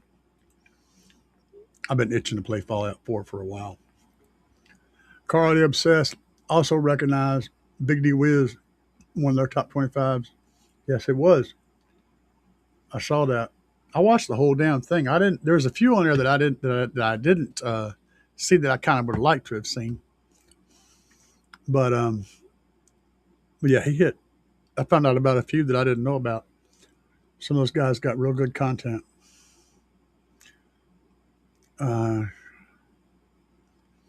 I was actually kind of surprised that I was on there.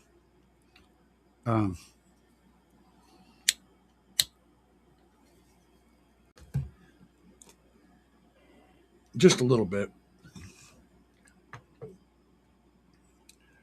And the reason is I didn't think that that Big D was taking much note of my channel. So that's the reason I did figure I'd be on there. Yeah, right. Cardio says yes. Is me too. New channels. Hell yeah. What's up? Unban my 360. Sounds like you were doing some aimbotting or something. I don't know why I picked up on that, but I bet you I nailed it. I picked up 4 8 ohm 222 6s with boxes for $200. I have no idea what a 2226 is, my friend. I should know. I'm guessing that's for drivers. Am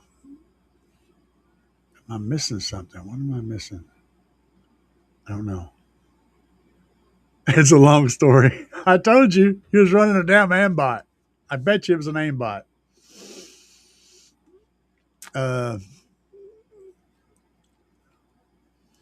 So Stu says, just sent you the final pics of that. Oh, let me go see what Stu's got going on. Hang on. I see. Oh, guys. Get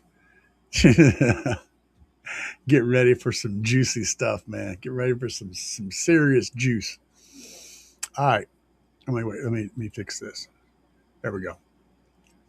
This is some of the some pics from Stu. Final pics of this Ford F-150. First of all, just look at that. Now I'm not going to jump straight off of this. I want you to take in this picture. Look at the cleanness of these wire runs. How very neat this all is. Pay attention to all of that. And look at the details on this box. The positioning of everything. Look how clean the carpet is right here. You realize how hard that is to happen? That takes a very serious level of, I'm going to make this work. Let's see, is that the right direction? There's a closer shot of the amp. I love it. Tessa tape makes the wires look factory. And pull in these other wires from behind. Okay. That's nice work. And check that out. That's the icing on the cake right there. And I'm going to tell y'all, as much work as you think he put into that, yeah, multiply that shit by about 10. There's a ton of work that went into this logo. Beautiful. Beautifully done. There's the wiring up front. Nice little kicker fuse in there. And notice how I paid attention to making this wire come around and make this nice circle. Nice, smooth transitions. I mean, this is the little stuff like this is what makes the build look better. You could have run that wire shorter, but it would have looked forced. It could have went like, yeah, but no. He made it a nice, smooth, sweeping curve. And he also, attention to detail, the kicker logo will be correct if you're reading it from the angle. All these little things add up to making a build look right. I'm going to pick on you, though. I don't know if I can or not, but I think I can. So this cover right here, I typically, if I want to use these, I typically cut out for the wire to go through it, depending on what the person that owns the vehicle wants. But if I'm doing it and I'm allowed to, I'll do a cutout so that the thing sits down on there flat. There's the F-150. And the easiest way to make that cutout is with a soldering iron. Just kind of burnt and melt a little bit of it down at the bottom so that it kind of sits different. That'll make the cleanest looking cutout. All right, we got our, look at him. See, he's got the papers in here. You don't want to get the floor dirty. That's respect for your people, your customer right there. I love seeing that. I love seeing that stuff. And notice how clean this vehicle is too. He's maintained this vehicle at a absolutely immaculate level while he's doing this work. This is a shit that separates, a general installer from somebody who's actually taking it to the next level. Is those types of details. Yeah, I saw what you said, Stu. That kind of stuff, it just depends on, like you said, what you can get away with.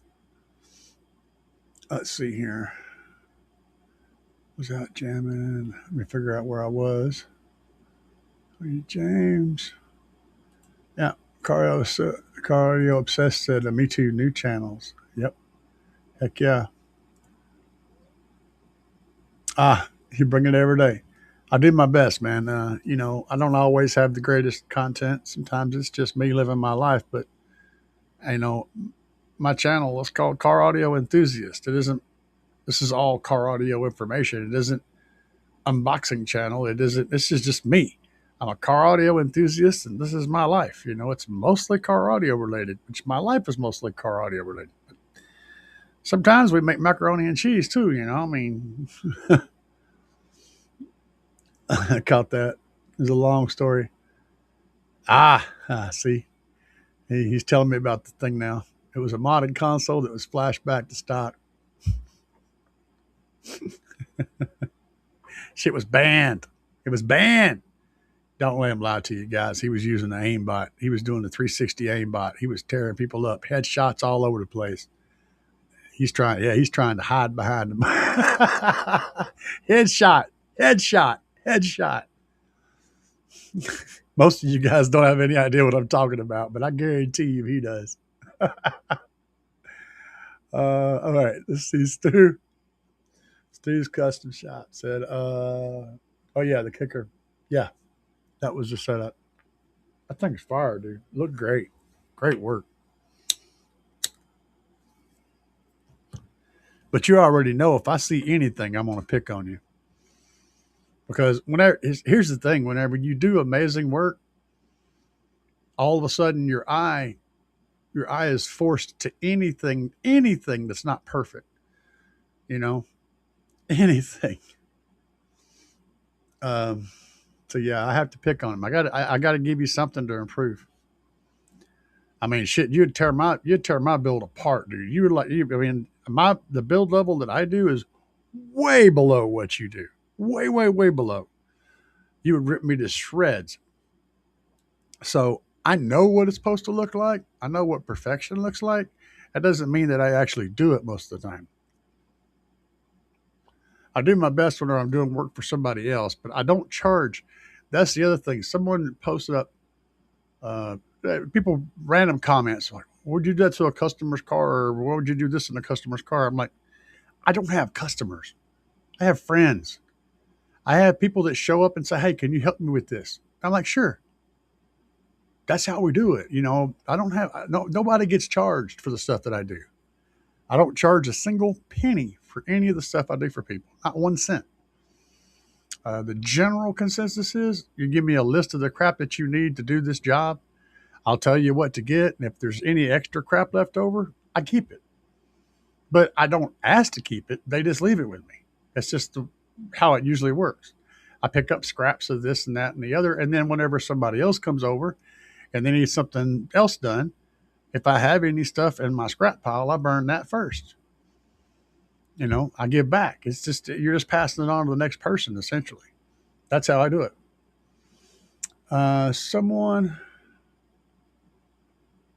Oh, yeah.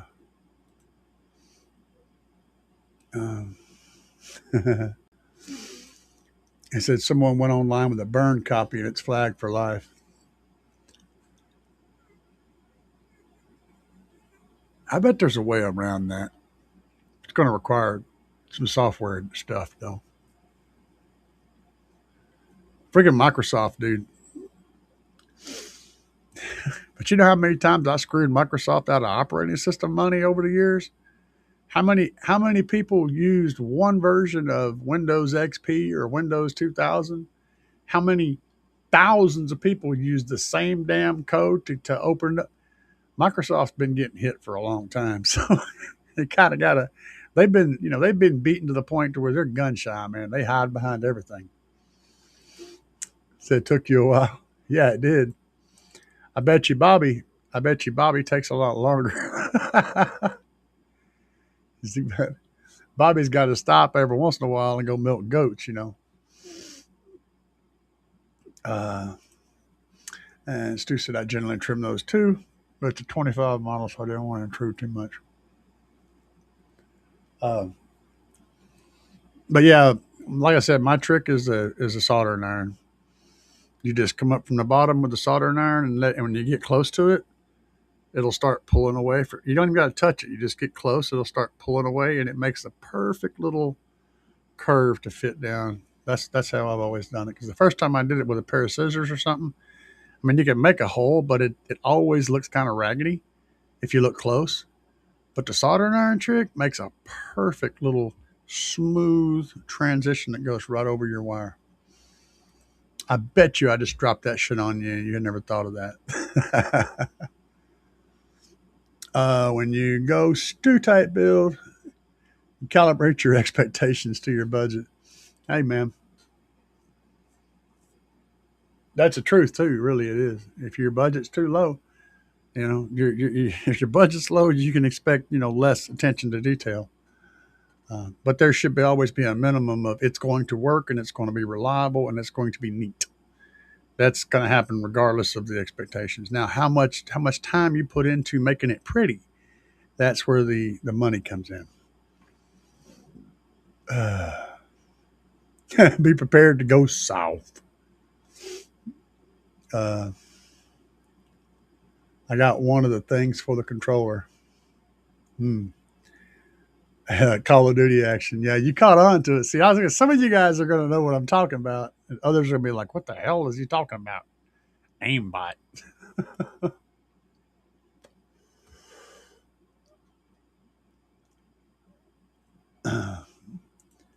Yeah. Well, that's a problem. I mean, yeah. I honestly, I'm a PC gamer. I don't screw around with consoles, so consoles are always been locked up tight, and just kind of, yeah, it's kind of like a disposable computer, and I can game on this thing. I can play any game on this thing, and it can do things into the future that console won't be able to do. I can do things from the past that console won't be able to do. That's why I've always been leaned away from consoles and stuck to PC gaming. It's just I'm a PC master race kind of guy. Stu said, yeah, the shop life's a whole different ball game. Lots of decisions made every day that customers never know. Yep. And lots of overhead. Yep. And most of it's time and little bitty tiny things. That's the thing. It's little bitty pieces, little bitty pieces, man. He said you got it back online, but it was temporary. They caught you. Huh? That happens. I've been there. We used to run. If you guys are familiar with World of Warcraft, we used to run bots for World of Warcraft. I didn't run bots to make money. Well, technically, I guess I kind of did. I ran a fishing bot to make money, but to make game money. But one of my favorite things to do was to do PvP with bots. And I'm going to tell you, dude, a warlock in World of Warcraft that's set up on, I forget what it's not. There's the pet one, and then there's the boom, boom, boom one, and there's the curse one. I can't think of. Anyway, a warlock set up for curses that's running on a really good PvP bot is an absolute beast in a PvP battle. And I would turn that on and watch this warlock just destroy everybody. I got a kick out of doing that. It's like, why won't this warlock die? Oh my God. And me and my friend, we would play 2v2 sometimes and run bots. He ran on a priest, a shadow priest, and I ran on that warlock. It was an unstoppable combo, dude. But yeah, we got banned. We got banned several times. So I know all about that. Box cutter, yeah. That's what I used, a box cutter to kind of, but the soldering iron makes a really pretty half circle. That's the thing. You can do some good stuff. Also, when it comes to working, here's another tip. When it comes to working soft materials like vinyl, sound deadener, carpet, rubbers and plastics that are real thin, look into a leather punch kit. The kits for doing leather work. those can be really, really good for certain things. Like you can use a leather punch circle one to punch perfectly round holes in vinyl to do whatever with. I mean, beautiful, perfect circles to punch holes in carpet, to punch holes in sound deadener. If you got a putting on deadener in a whole door and you want to punch out the little spots where the clips will go, if you got it all drawn out on, you need wood behind it. You can't do it on the metal; you'll damage the door. But you can use a little circle punches and different stuff out of a leatherworking kit to do really cool stuff with thin, soft materials. Maybe that'll open up your brain to one more little tool. The collection in my head is kind of insane. I've accumulated quite a lot of stuff like that. That's why I do what I do, because people ask weird questions, and I can often give you an answer that works for that weird question. Uh, oh yeah. Demo, Destro, Affliction. Yeah. Thank you, Trucker Jerry. I was trying to think of Affliction. Um, it's been a while. Mostly on PC. So I game on a PC as well. Have time emulator with lots of old NES games. It's my jam. Yeah, I'm wanting to get back into Fallout 4. So, and if you guys don't know, I mean, most of y'all probably don't even give a crap about gaming. So, but this is me, so we go all over the place. Fallout 4 is kind of a shooter. Means you run around shooting stuff. It's kind of a shooter, but it also has a building element to it and an economy that you can build and do crazy stuff with.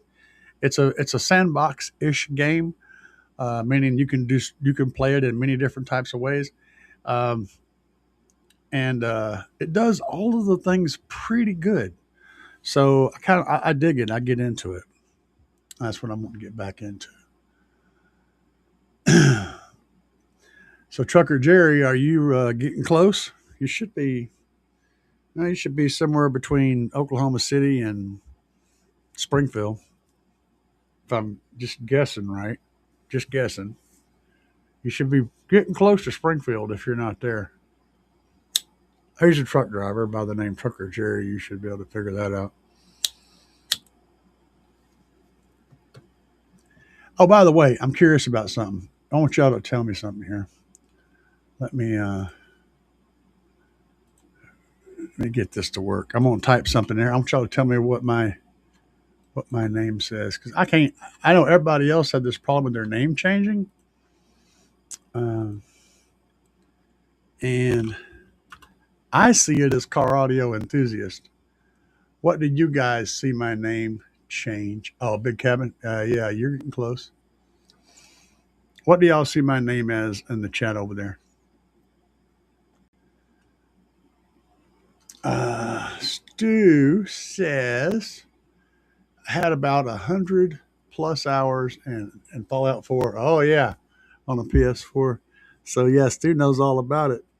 So I said some of you guys are going to know, and some of you be like, "What the hell is a Fallout 4?" I mean, did you get tired of something and fall out twice, or 3 times, or 4 times? I don't know. Fall out of a treehouse 4 times. Okay. I was wondering if it changed because everybody else had problems. Stu still says the same, and some of you guys like W's all weird. Uh, some of the other guys have their name changed. I don't think Trucker Jerry had a 5730 on his originally, but may did. I can't remember. Um, I don't know what's up with that. YouTube doing their weird stuff. Anyway, Stu said I had 100+ hours in Fallout 4 on PS4. Haven't played since 2017. Yeah, Fallout 3 on the PC. The first time playing through it on PC. Much better than console. Yeah, well, that's honestly the case with most games. The only thing that's the big difference in a console game and a PC game is the controls. Some people are used to those console controls, and how they work, and that's a drastic difference. Um, Sometimes it gives you an advantage, and sometimes it doesn't. Sometimes it's worse. So I get that, but I haven't played like console games in forever. Debbie said YouTube changed all our names recently. We can change it back on. Oh, okay. So that's why some of you guys are getting your names back. Okay. Yeah, they do weird stuff, man. Uh, yeah, and I don't know. I guess Car Audio Enthusiast is my primary name, so it doesn't change no matter what they do. That's cool. I went full on when I created this channel. That's the name I put on there. Debbie said the name change just our YouTuber tags. We're closing on 2 hours, guys. Do I have any requests or any questions?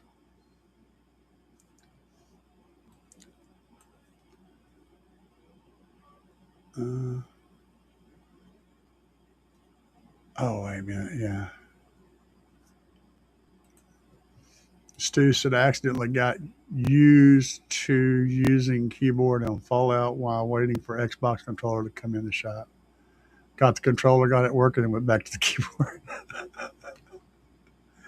For real, man. For real. All right, y'all, let's check out a song. I'm going to play a song. Give you guys time to think of something that you want to ask. This is one that I just uploaded a video for. You guys may not have heard it.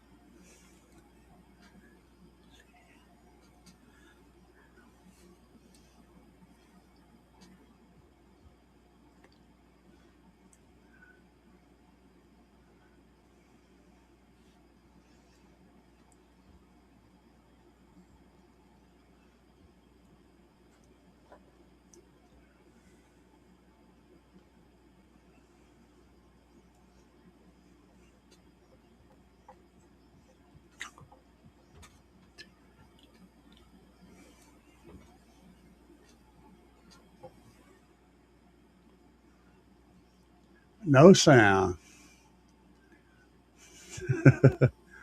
Well, hang on a second then. It's probably because I had the wrong thing turned on. I'm going to put the video on. Bear with me a second. I know you guys can hear me.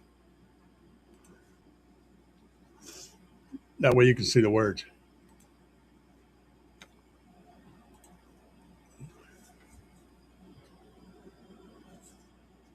Yep. Oh, wait, that ain't the right one, though. Get back here. We'll refresh it. We will refresh it. There we go.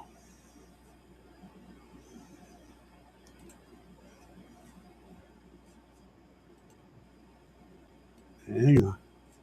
Hang on. Hang on. Hang on. Here we go.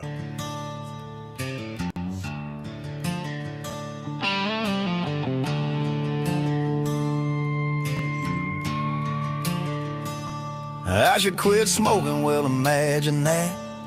The doctor says I shouldn't eat fat. Smoking was cool back in '83. 4 square meals on a big food tree. My heart's failing, I'm overweight. Probably cause of all them meals I ate. The professionals say to just eat grass.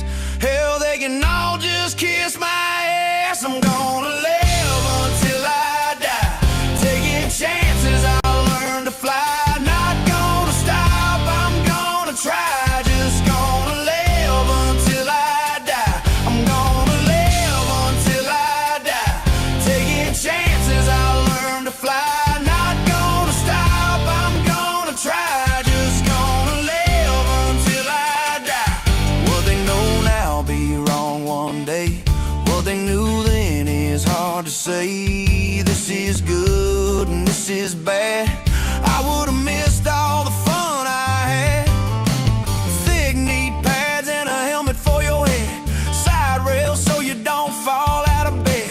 We're telling our kids it's alright to lose, and your gender is whatever you choose. I'm gonna live until I die, taking chances, I'll learn to fly. Not gonna stop, I'm gonna try. Just gonna live until I die.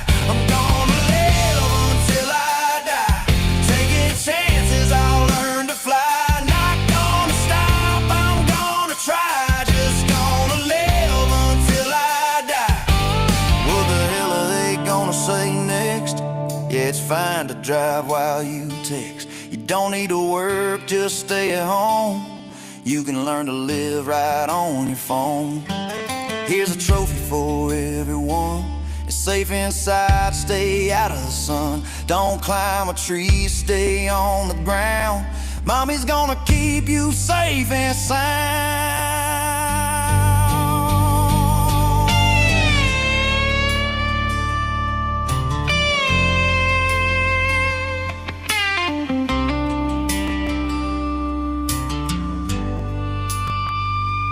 I miss the days we rode bikes till dark, drank from the hose at the trailer park. Now everything's danger, everything's wrong. Hell, they'd outlaw the words in this song. I ain't looking back, I ain't standing still. I'm gonna live my life how the good Lord will.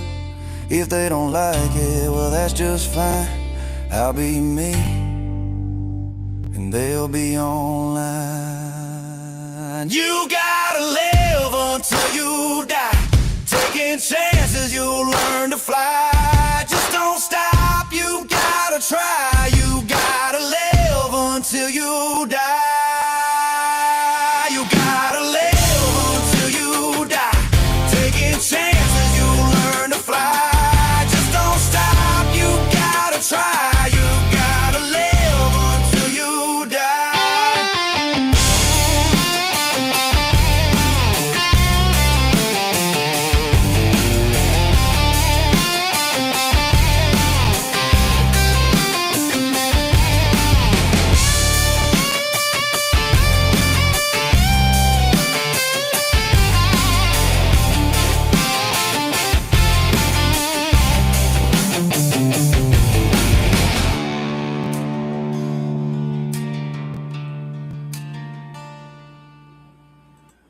And what'd y'all think about that?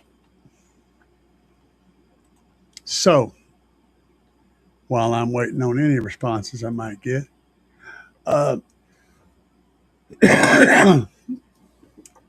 Derek asked, when you test your SUV for resonant frequency, should you do it with a sub box in the SUV? Yes. I feel like the number would be screwed by not having the box in. It absolutely would. You want to have as much of your system together as possible. You want to have a full system build if you can to get that. El Fuego says, fantastic show. He has to go. And, you know, the West Coast does shut down eventually. Peace out, Fuego. I'm sure you're already offline, but showing love, my friend. I'm Banny.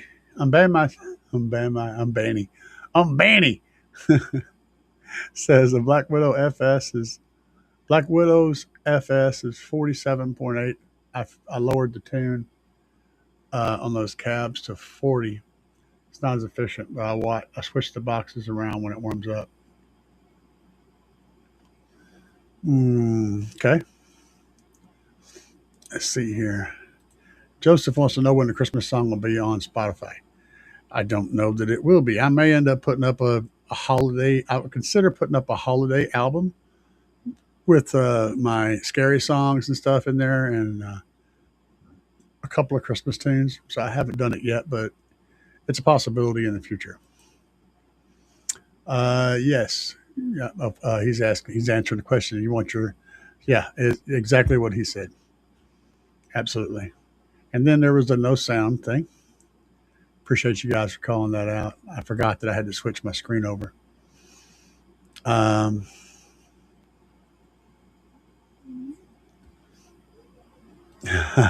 Yeah. You got close, man. That was close. Oops. Let's see, 98.9 dB sensitivity. Okay. Oh, that's the subs. That's insane. That's insane, really. Appreciate you, Stu. Yeah, I drop them like that. This one took a lot of work.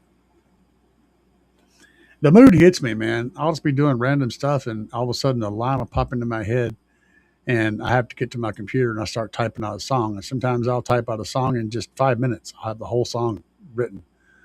Sometimes it takes a little longer, but it hits me, and I have to go start doing it.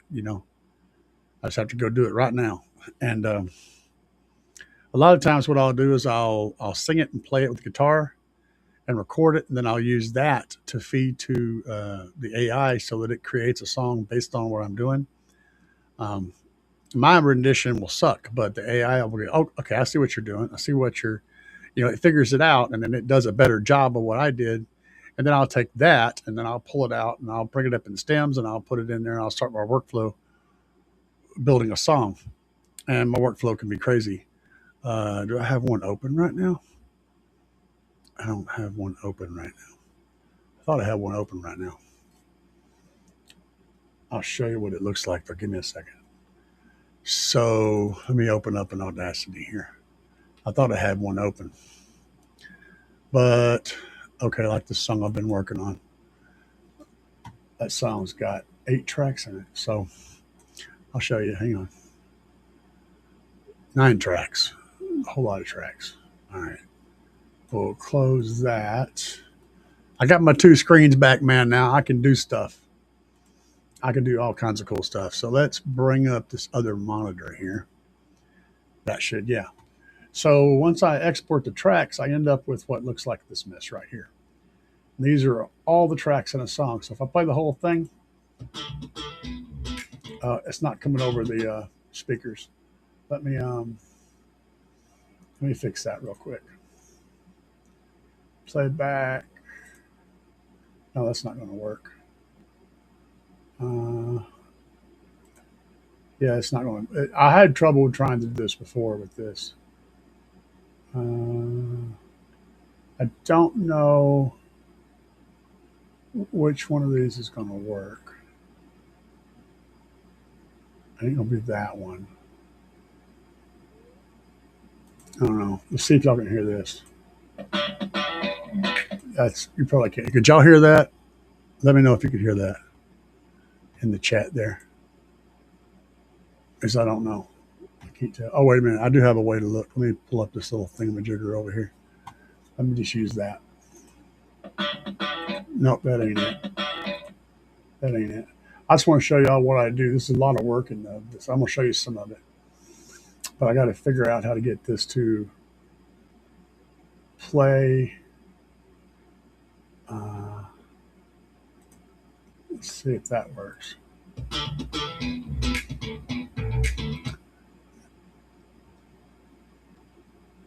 You're probably hearing it over my headset. Okay. I'll go with that because I know it's mapping in a weird way. Okay, y'all are getting it. Okay. All right, so it was just a matter of where it's coming out for me. All right, that's fine. Then I can set this up to where it's coming out in my head. All right. So I'll set it up for my head. Now, this is what it sounds like. The whole thing together, right? So you got bass down here. got guitar down here, all these different percussion. There's other, which can be all kinds of stuff. Vocals are all up here. So then I can go through and solo out, just have the If you vocals, wanna move, right? then drop that Could low drop in the bass. drums, If you could drop in wanna the bass. move, then drop that low bass. All right. Low So bass. I can show you what each one of those things sounds like individually. But what I have to do to rebass a track or to drop the heavy bass in a track is I'll take this track, this is the bass track, drag it down to the very bottom of the pile, and I'll go back and I'll grab the drums and drop them down here. It helps me line stuff up.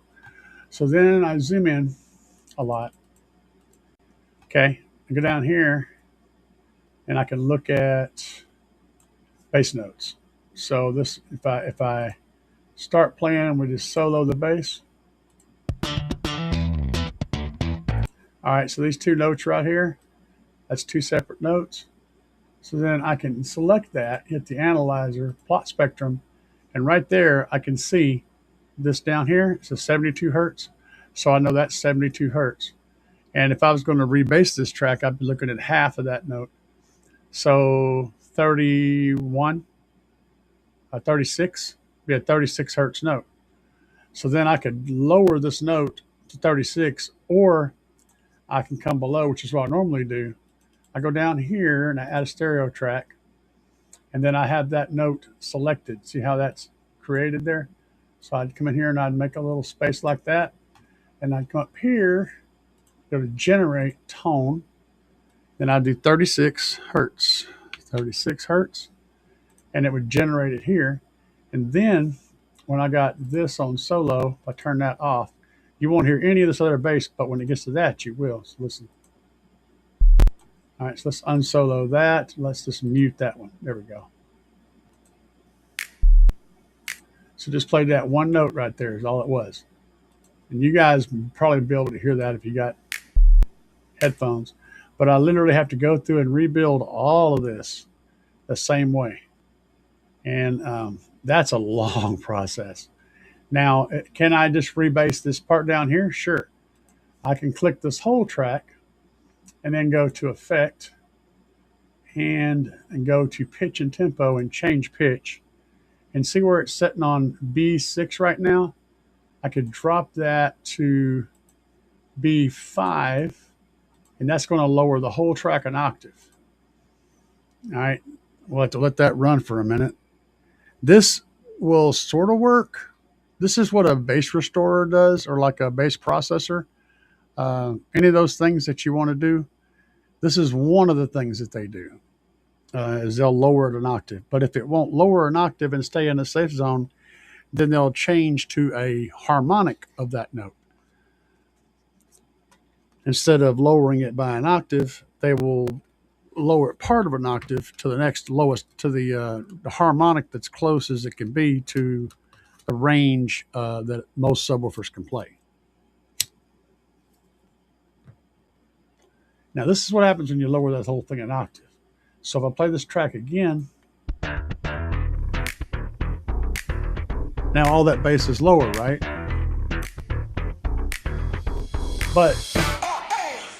But you'll notice that the twang, right? The twang that the hits whenever they're doing the slap, you'll notice that that twang is also lowered, and it makes the bass sound real weird.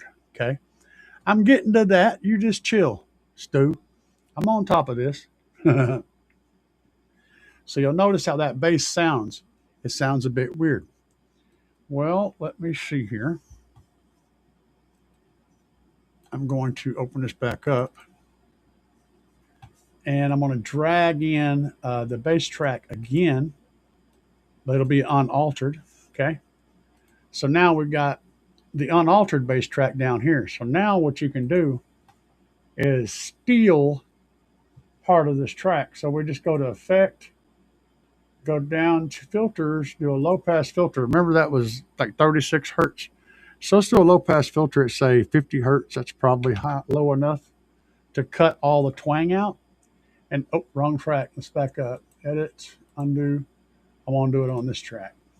And it looked like 50 hertz cut a lot of. Well, it would have because it hadn't been lowered. I mean, my brain is doing things faster than my mouth can do it. So let's do it here. All right, now see we've got ourselves a lowered volume level, and you come down here, and we'll do an effect on this one. This one will do a high pass for like 200 hertz. It's probably plenty fine to get those twangs. See, there's all the twangs. So now I want to take this one, its volume is reduced, and I want to do a amplify effect on it and pull it up 4.5. That's pretty close. So now if we put both of these on solo, we'll hear this.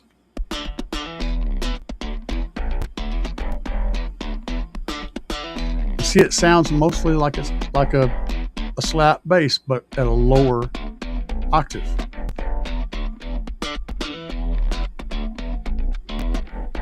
Now, if we take this one out,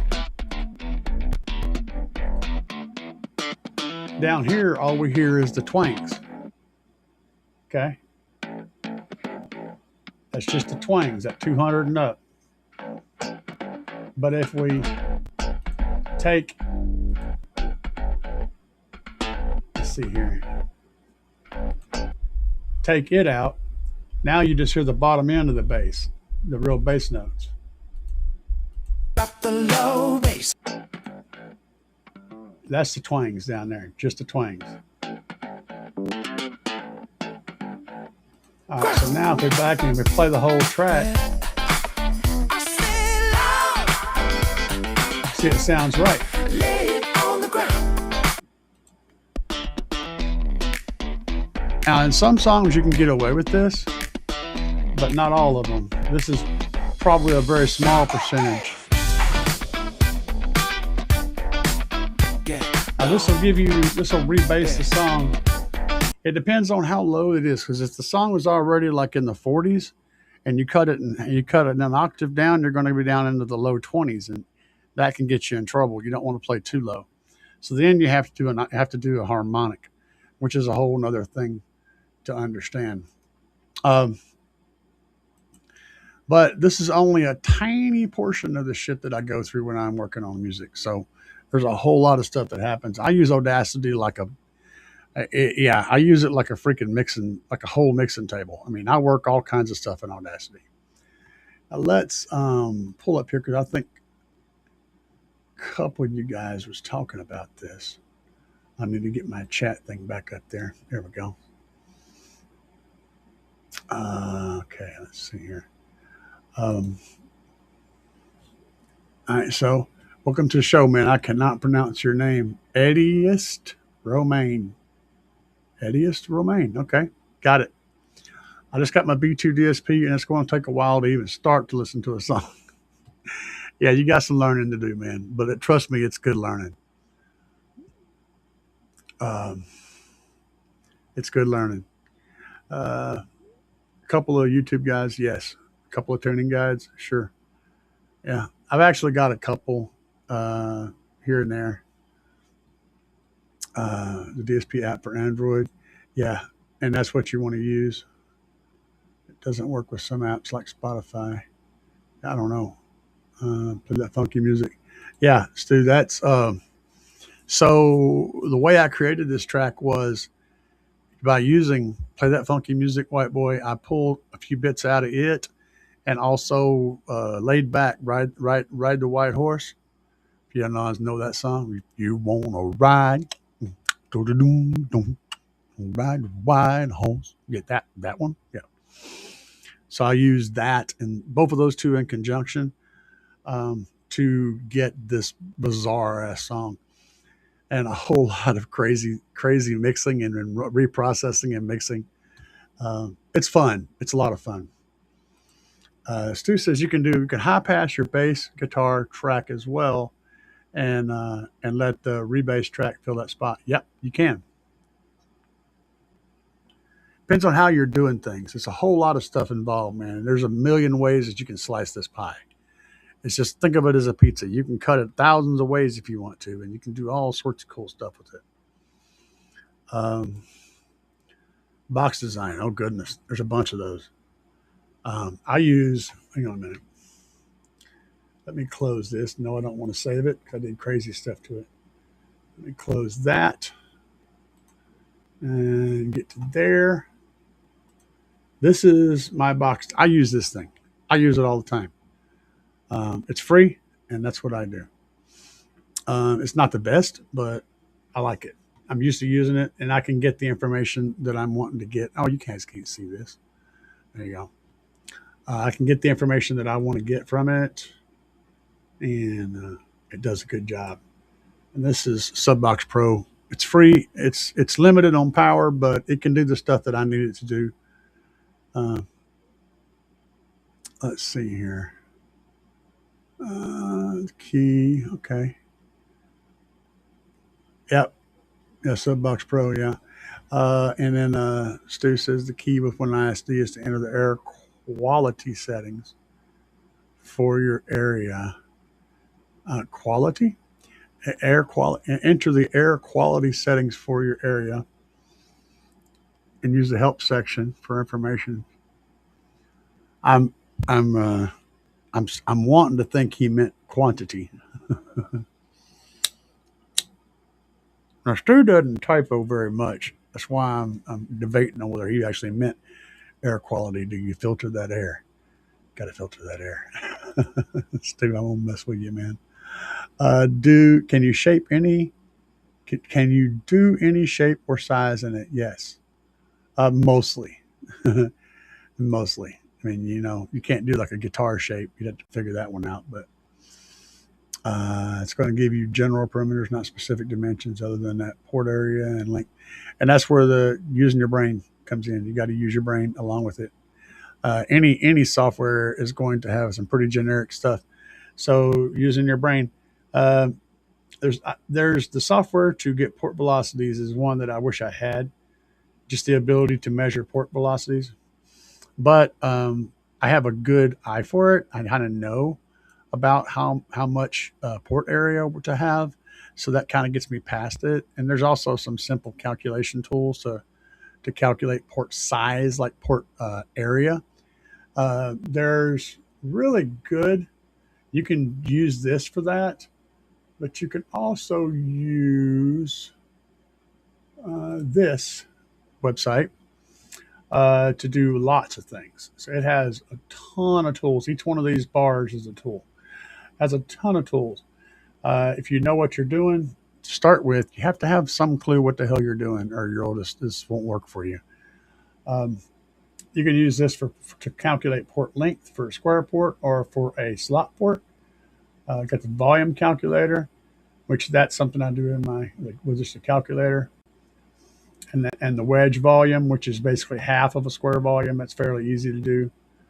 This one's a little trickier, but all you basically do is, if you got one of these shape boxes, is you consider this part a triangle.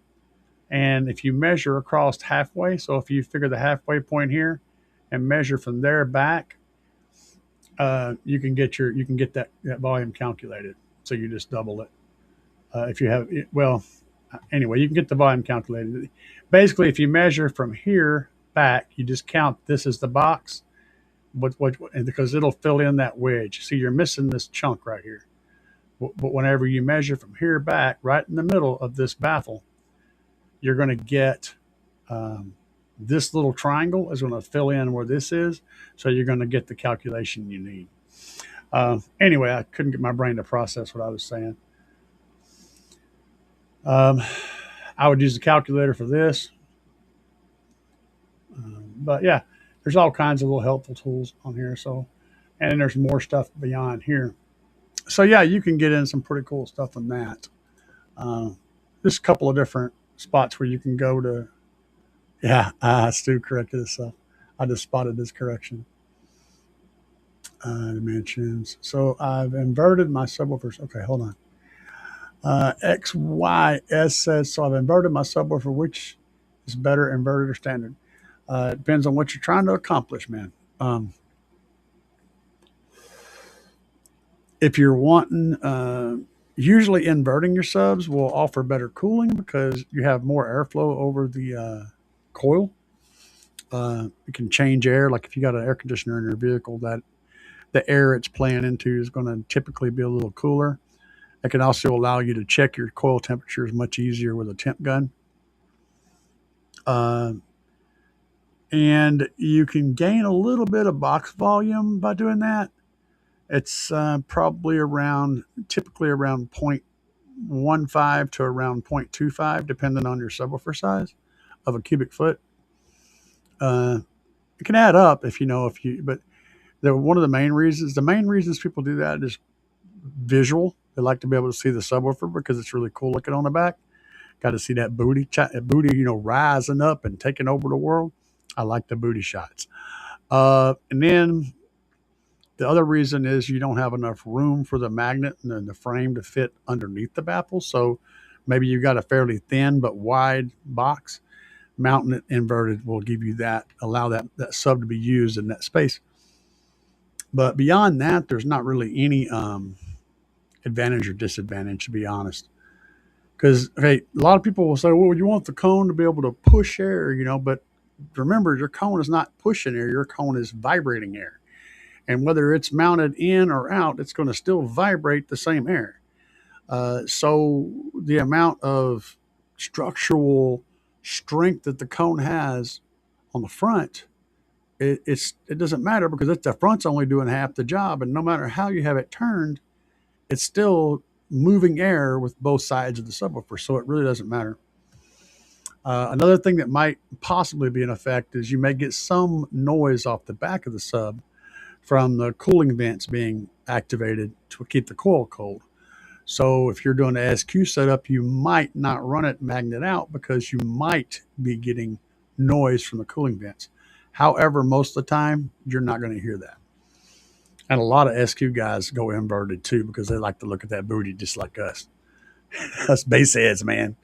We're into it.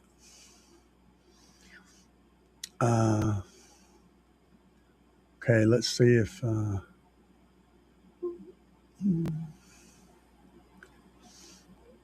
moves more on 300 watts inverted. All right, so if it's playing better lows, it means you probably don't have enough airspace in your box when you designed it.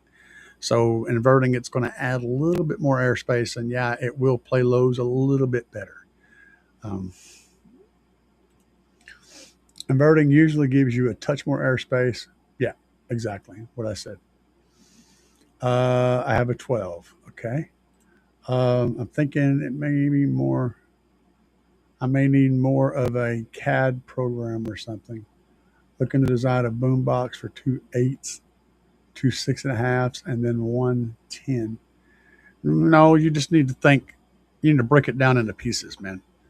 If you're doing a boombox, you need to actually design a cabinet for the 10, but the rest of that just needs to be closed airspace. They don't require anything. It's like your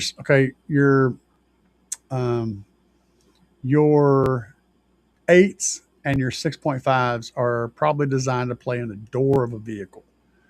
And so they're designed at 0.707 or around 0.7 QTS. So they're going to, whenever you put them in any enclosure, they're going to be able to play even without an enclosure, without destroying themselves. They don't need an air cushion to ride on like the subwoofer does. So you've only got to worry about designing the subwoofer enclosure part. The other parts, you just need a baffle of some kind. You can use any shape or size around them, and you'll be fine. You'll typically get a better response, a better low-end response out of those larger drivers with a slightly larger enclosure. So make your boombox, your sub part needs to fit the sub. And then the other part, make them as big as you can get them because you're going to get better low-end response from those drivers with a larger enclosure. So yeah, that's all you really need is design it you're just designing for the 10 or 10 or 12. Yeah. You just need to design one sub for one box for a single sub inside there or however you're doing it. Let's see what's Play around with swapping the polarity. Okay, yeah. He's back on that one. Let's see. SketchUp. Okay, so you're trying to actually build it out. Yeah, that's going to be CAD or SketchUp. Yeah, SketchUp would work. SketchUp or CAD. Yeah, that's the kind of shit you're looking for. You're looking for some expensive software. So, SketchUp's. No, I don't think SketchUp's expensive. But SketchUp might be free. I don't know. I haven't messed with it. Yeah, grandma's lamp cord. Hell yeah, grandmama's. Yeah, definitely a Steve Mead watcher here. That's what Steve always calls it, grandmama's lamp cord. Hell yeah, bro. Mechanical noise. Yep. Is there a pedal for 12? There's a pedal for 12 over a 15? There's a pedal for 12 over a 15. I am reading that correctly. I had to make sure I read it right.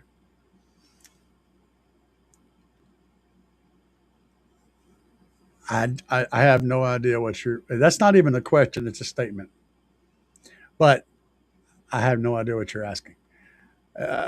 Is there a difference? Yeah, I mean, 15 is going to be able to play lows at a louder volume than a 12, but that's really it.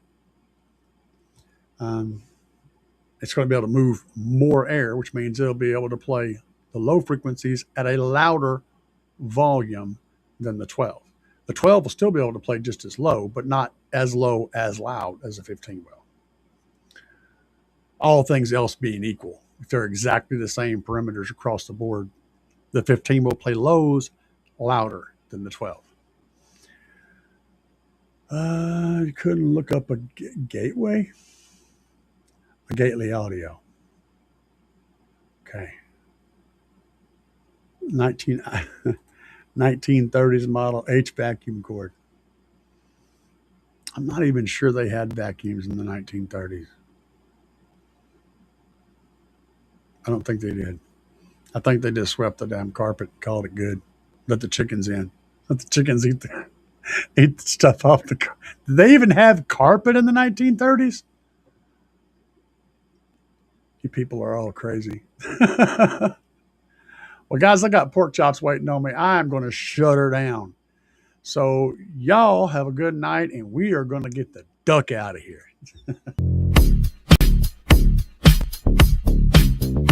Yeah. Yeah.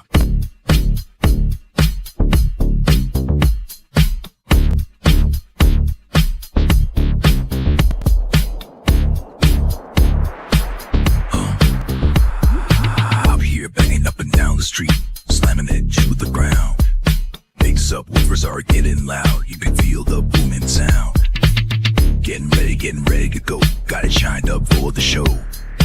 Hours charging, amps are amping, gonna let the woofers blow. Another one bites the dust. Another one bites the dust. And another one goes, and another one goes, and another one bites the dust. We got more at home. Another one bites the dust.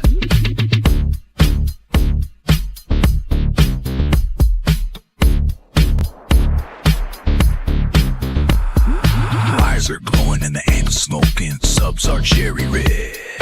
Let me keep jamming, gotta keep the bass slam going, go hard till they're dead. Full power, gotta let it go. 20 hertz in the floating air. Sparks are flying, voice cords are frying, and the smoke is in the air. Another one bites the dust. Another one bites the dust. And another one goes, and another one goes, and another one bites the dust.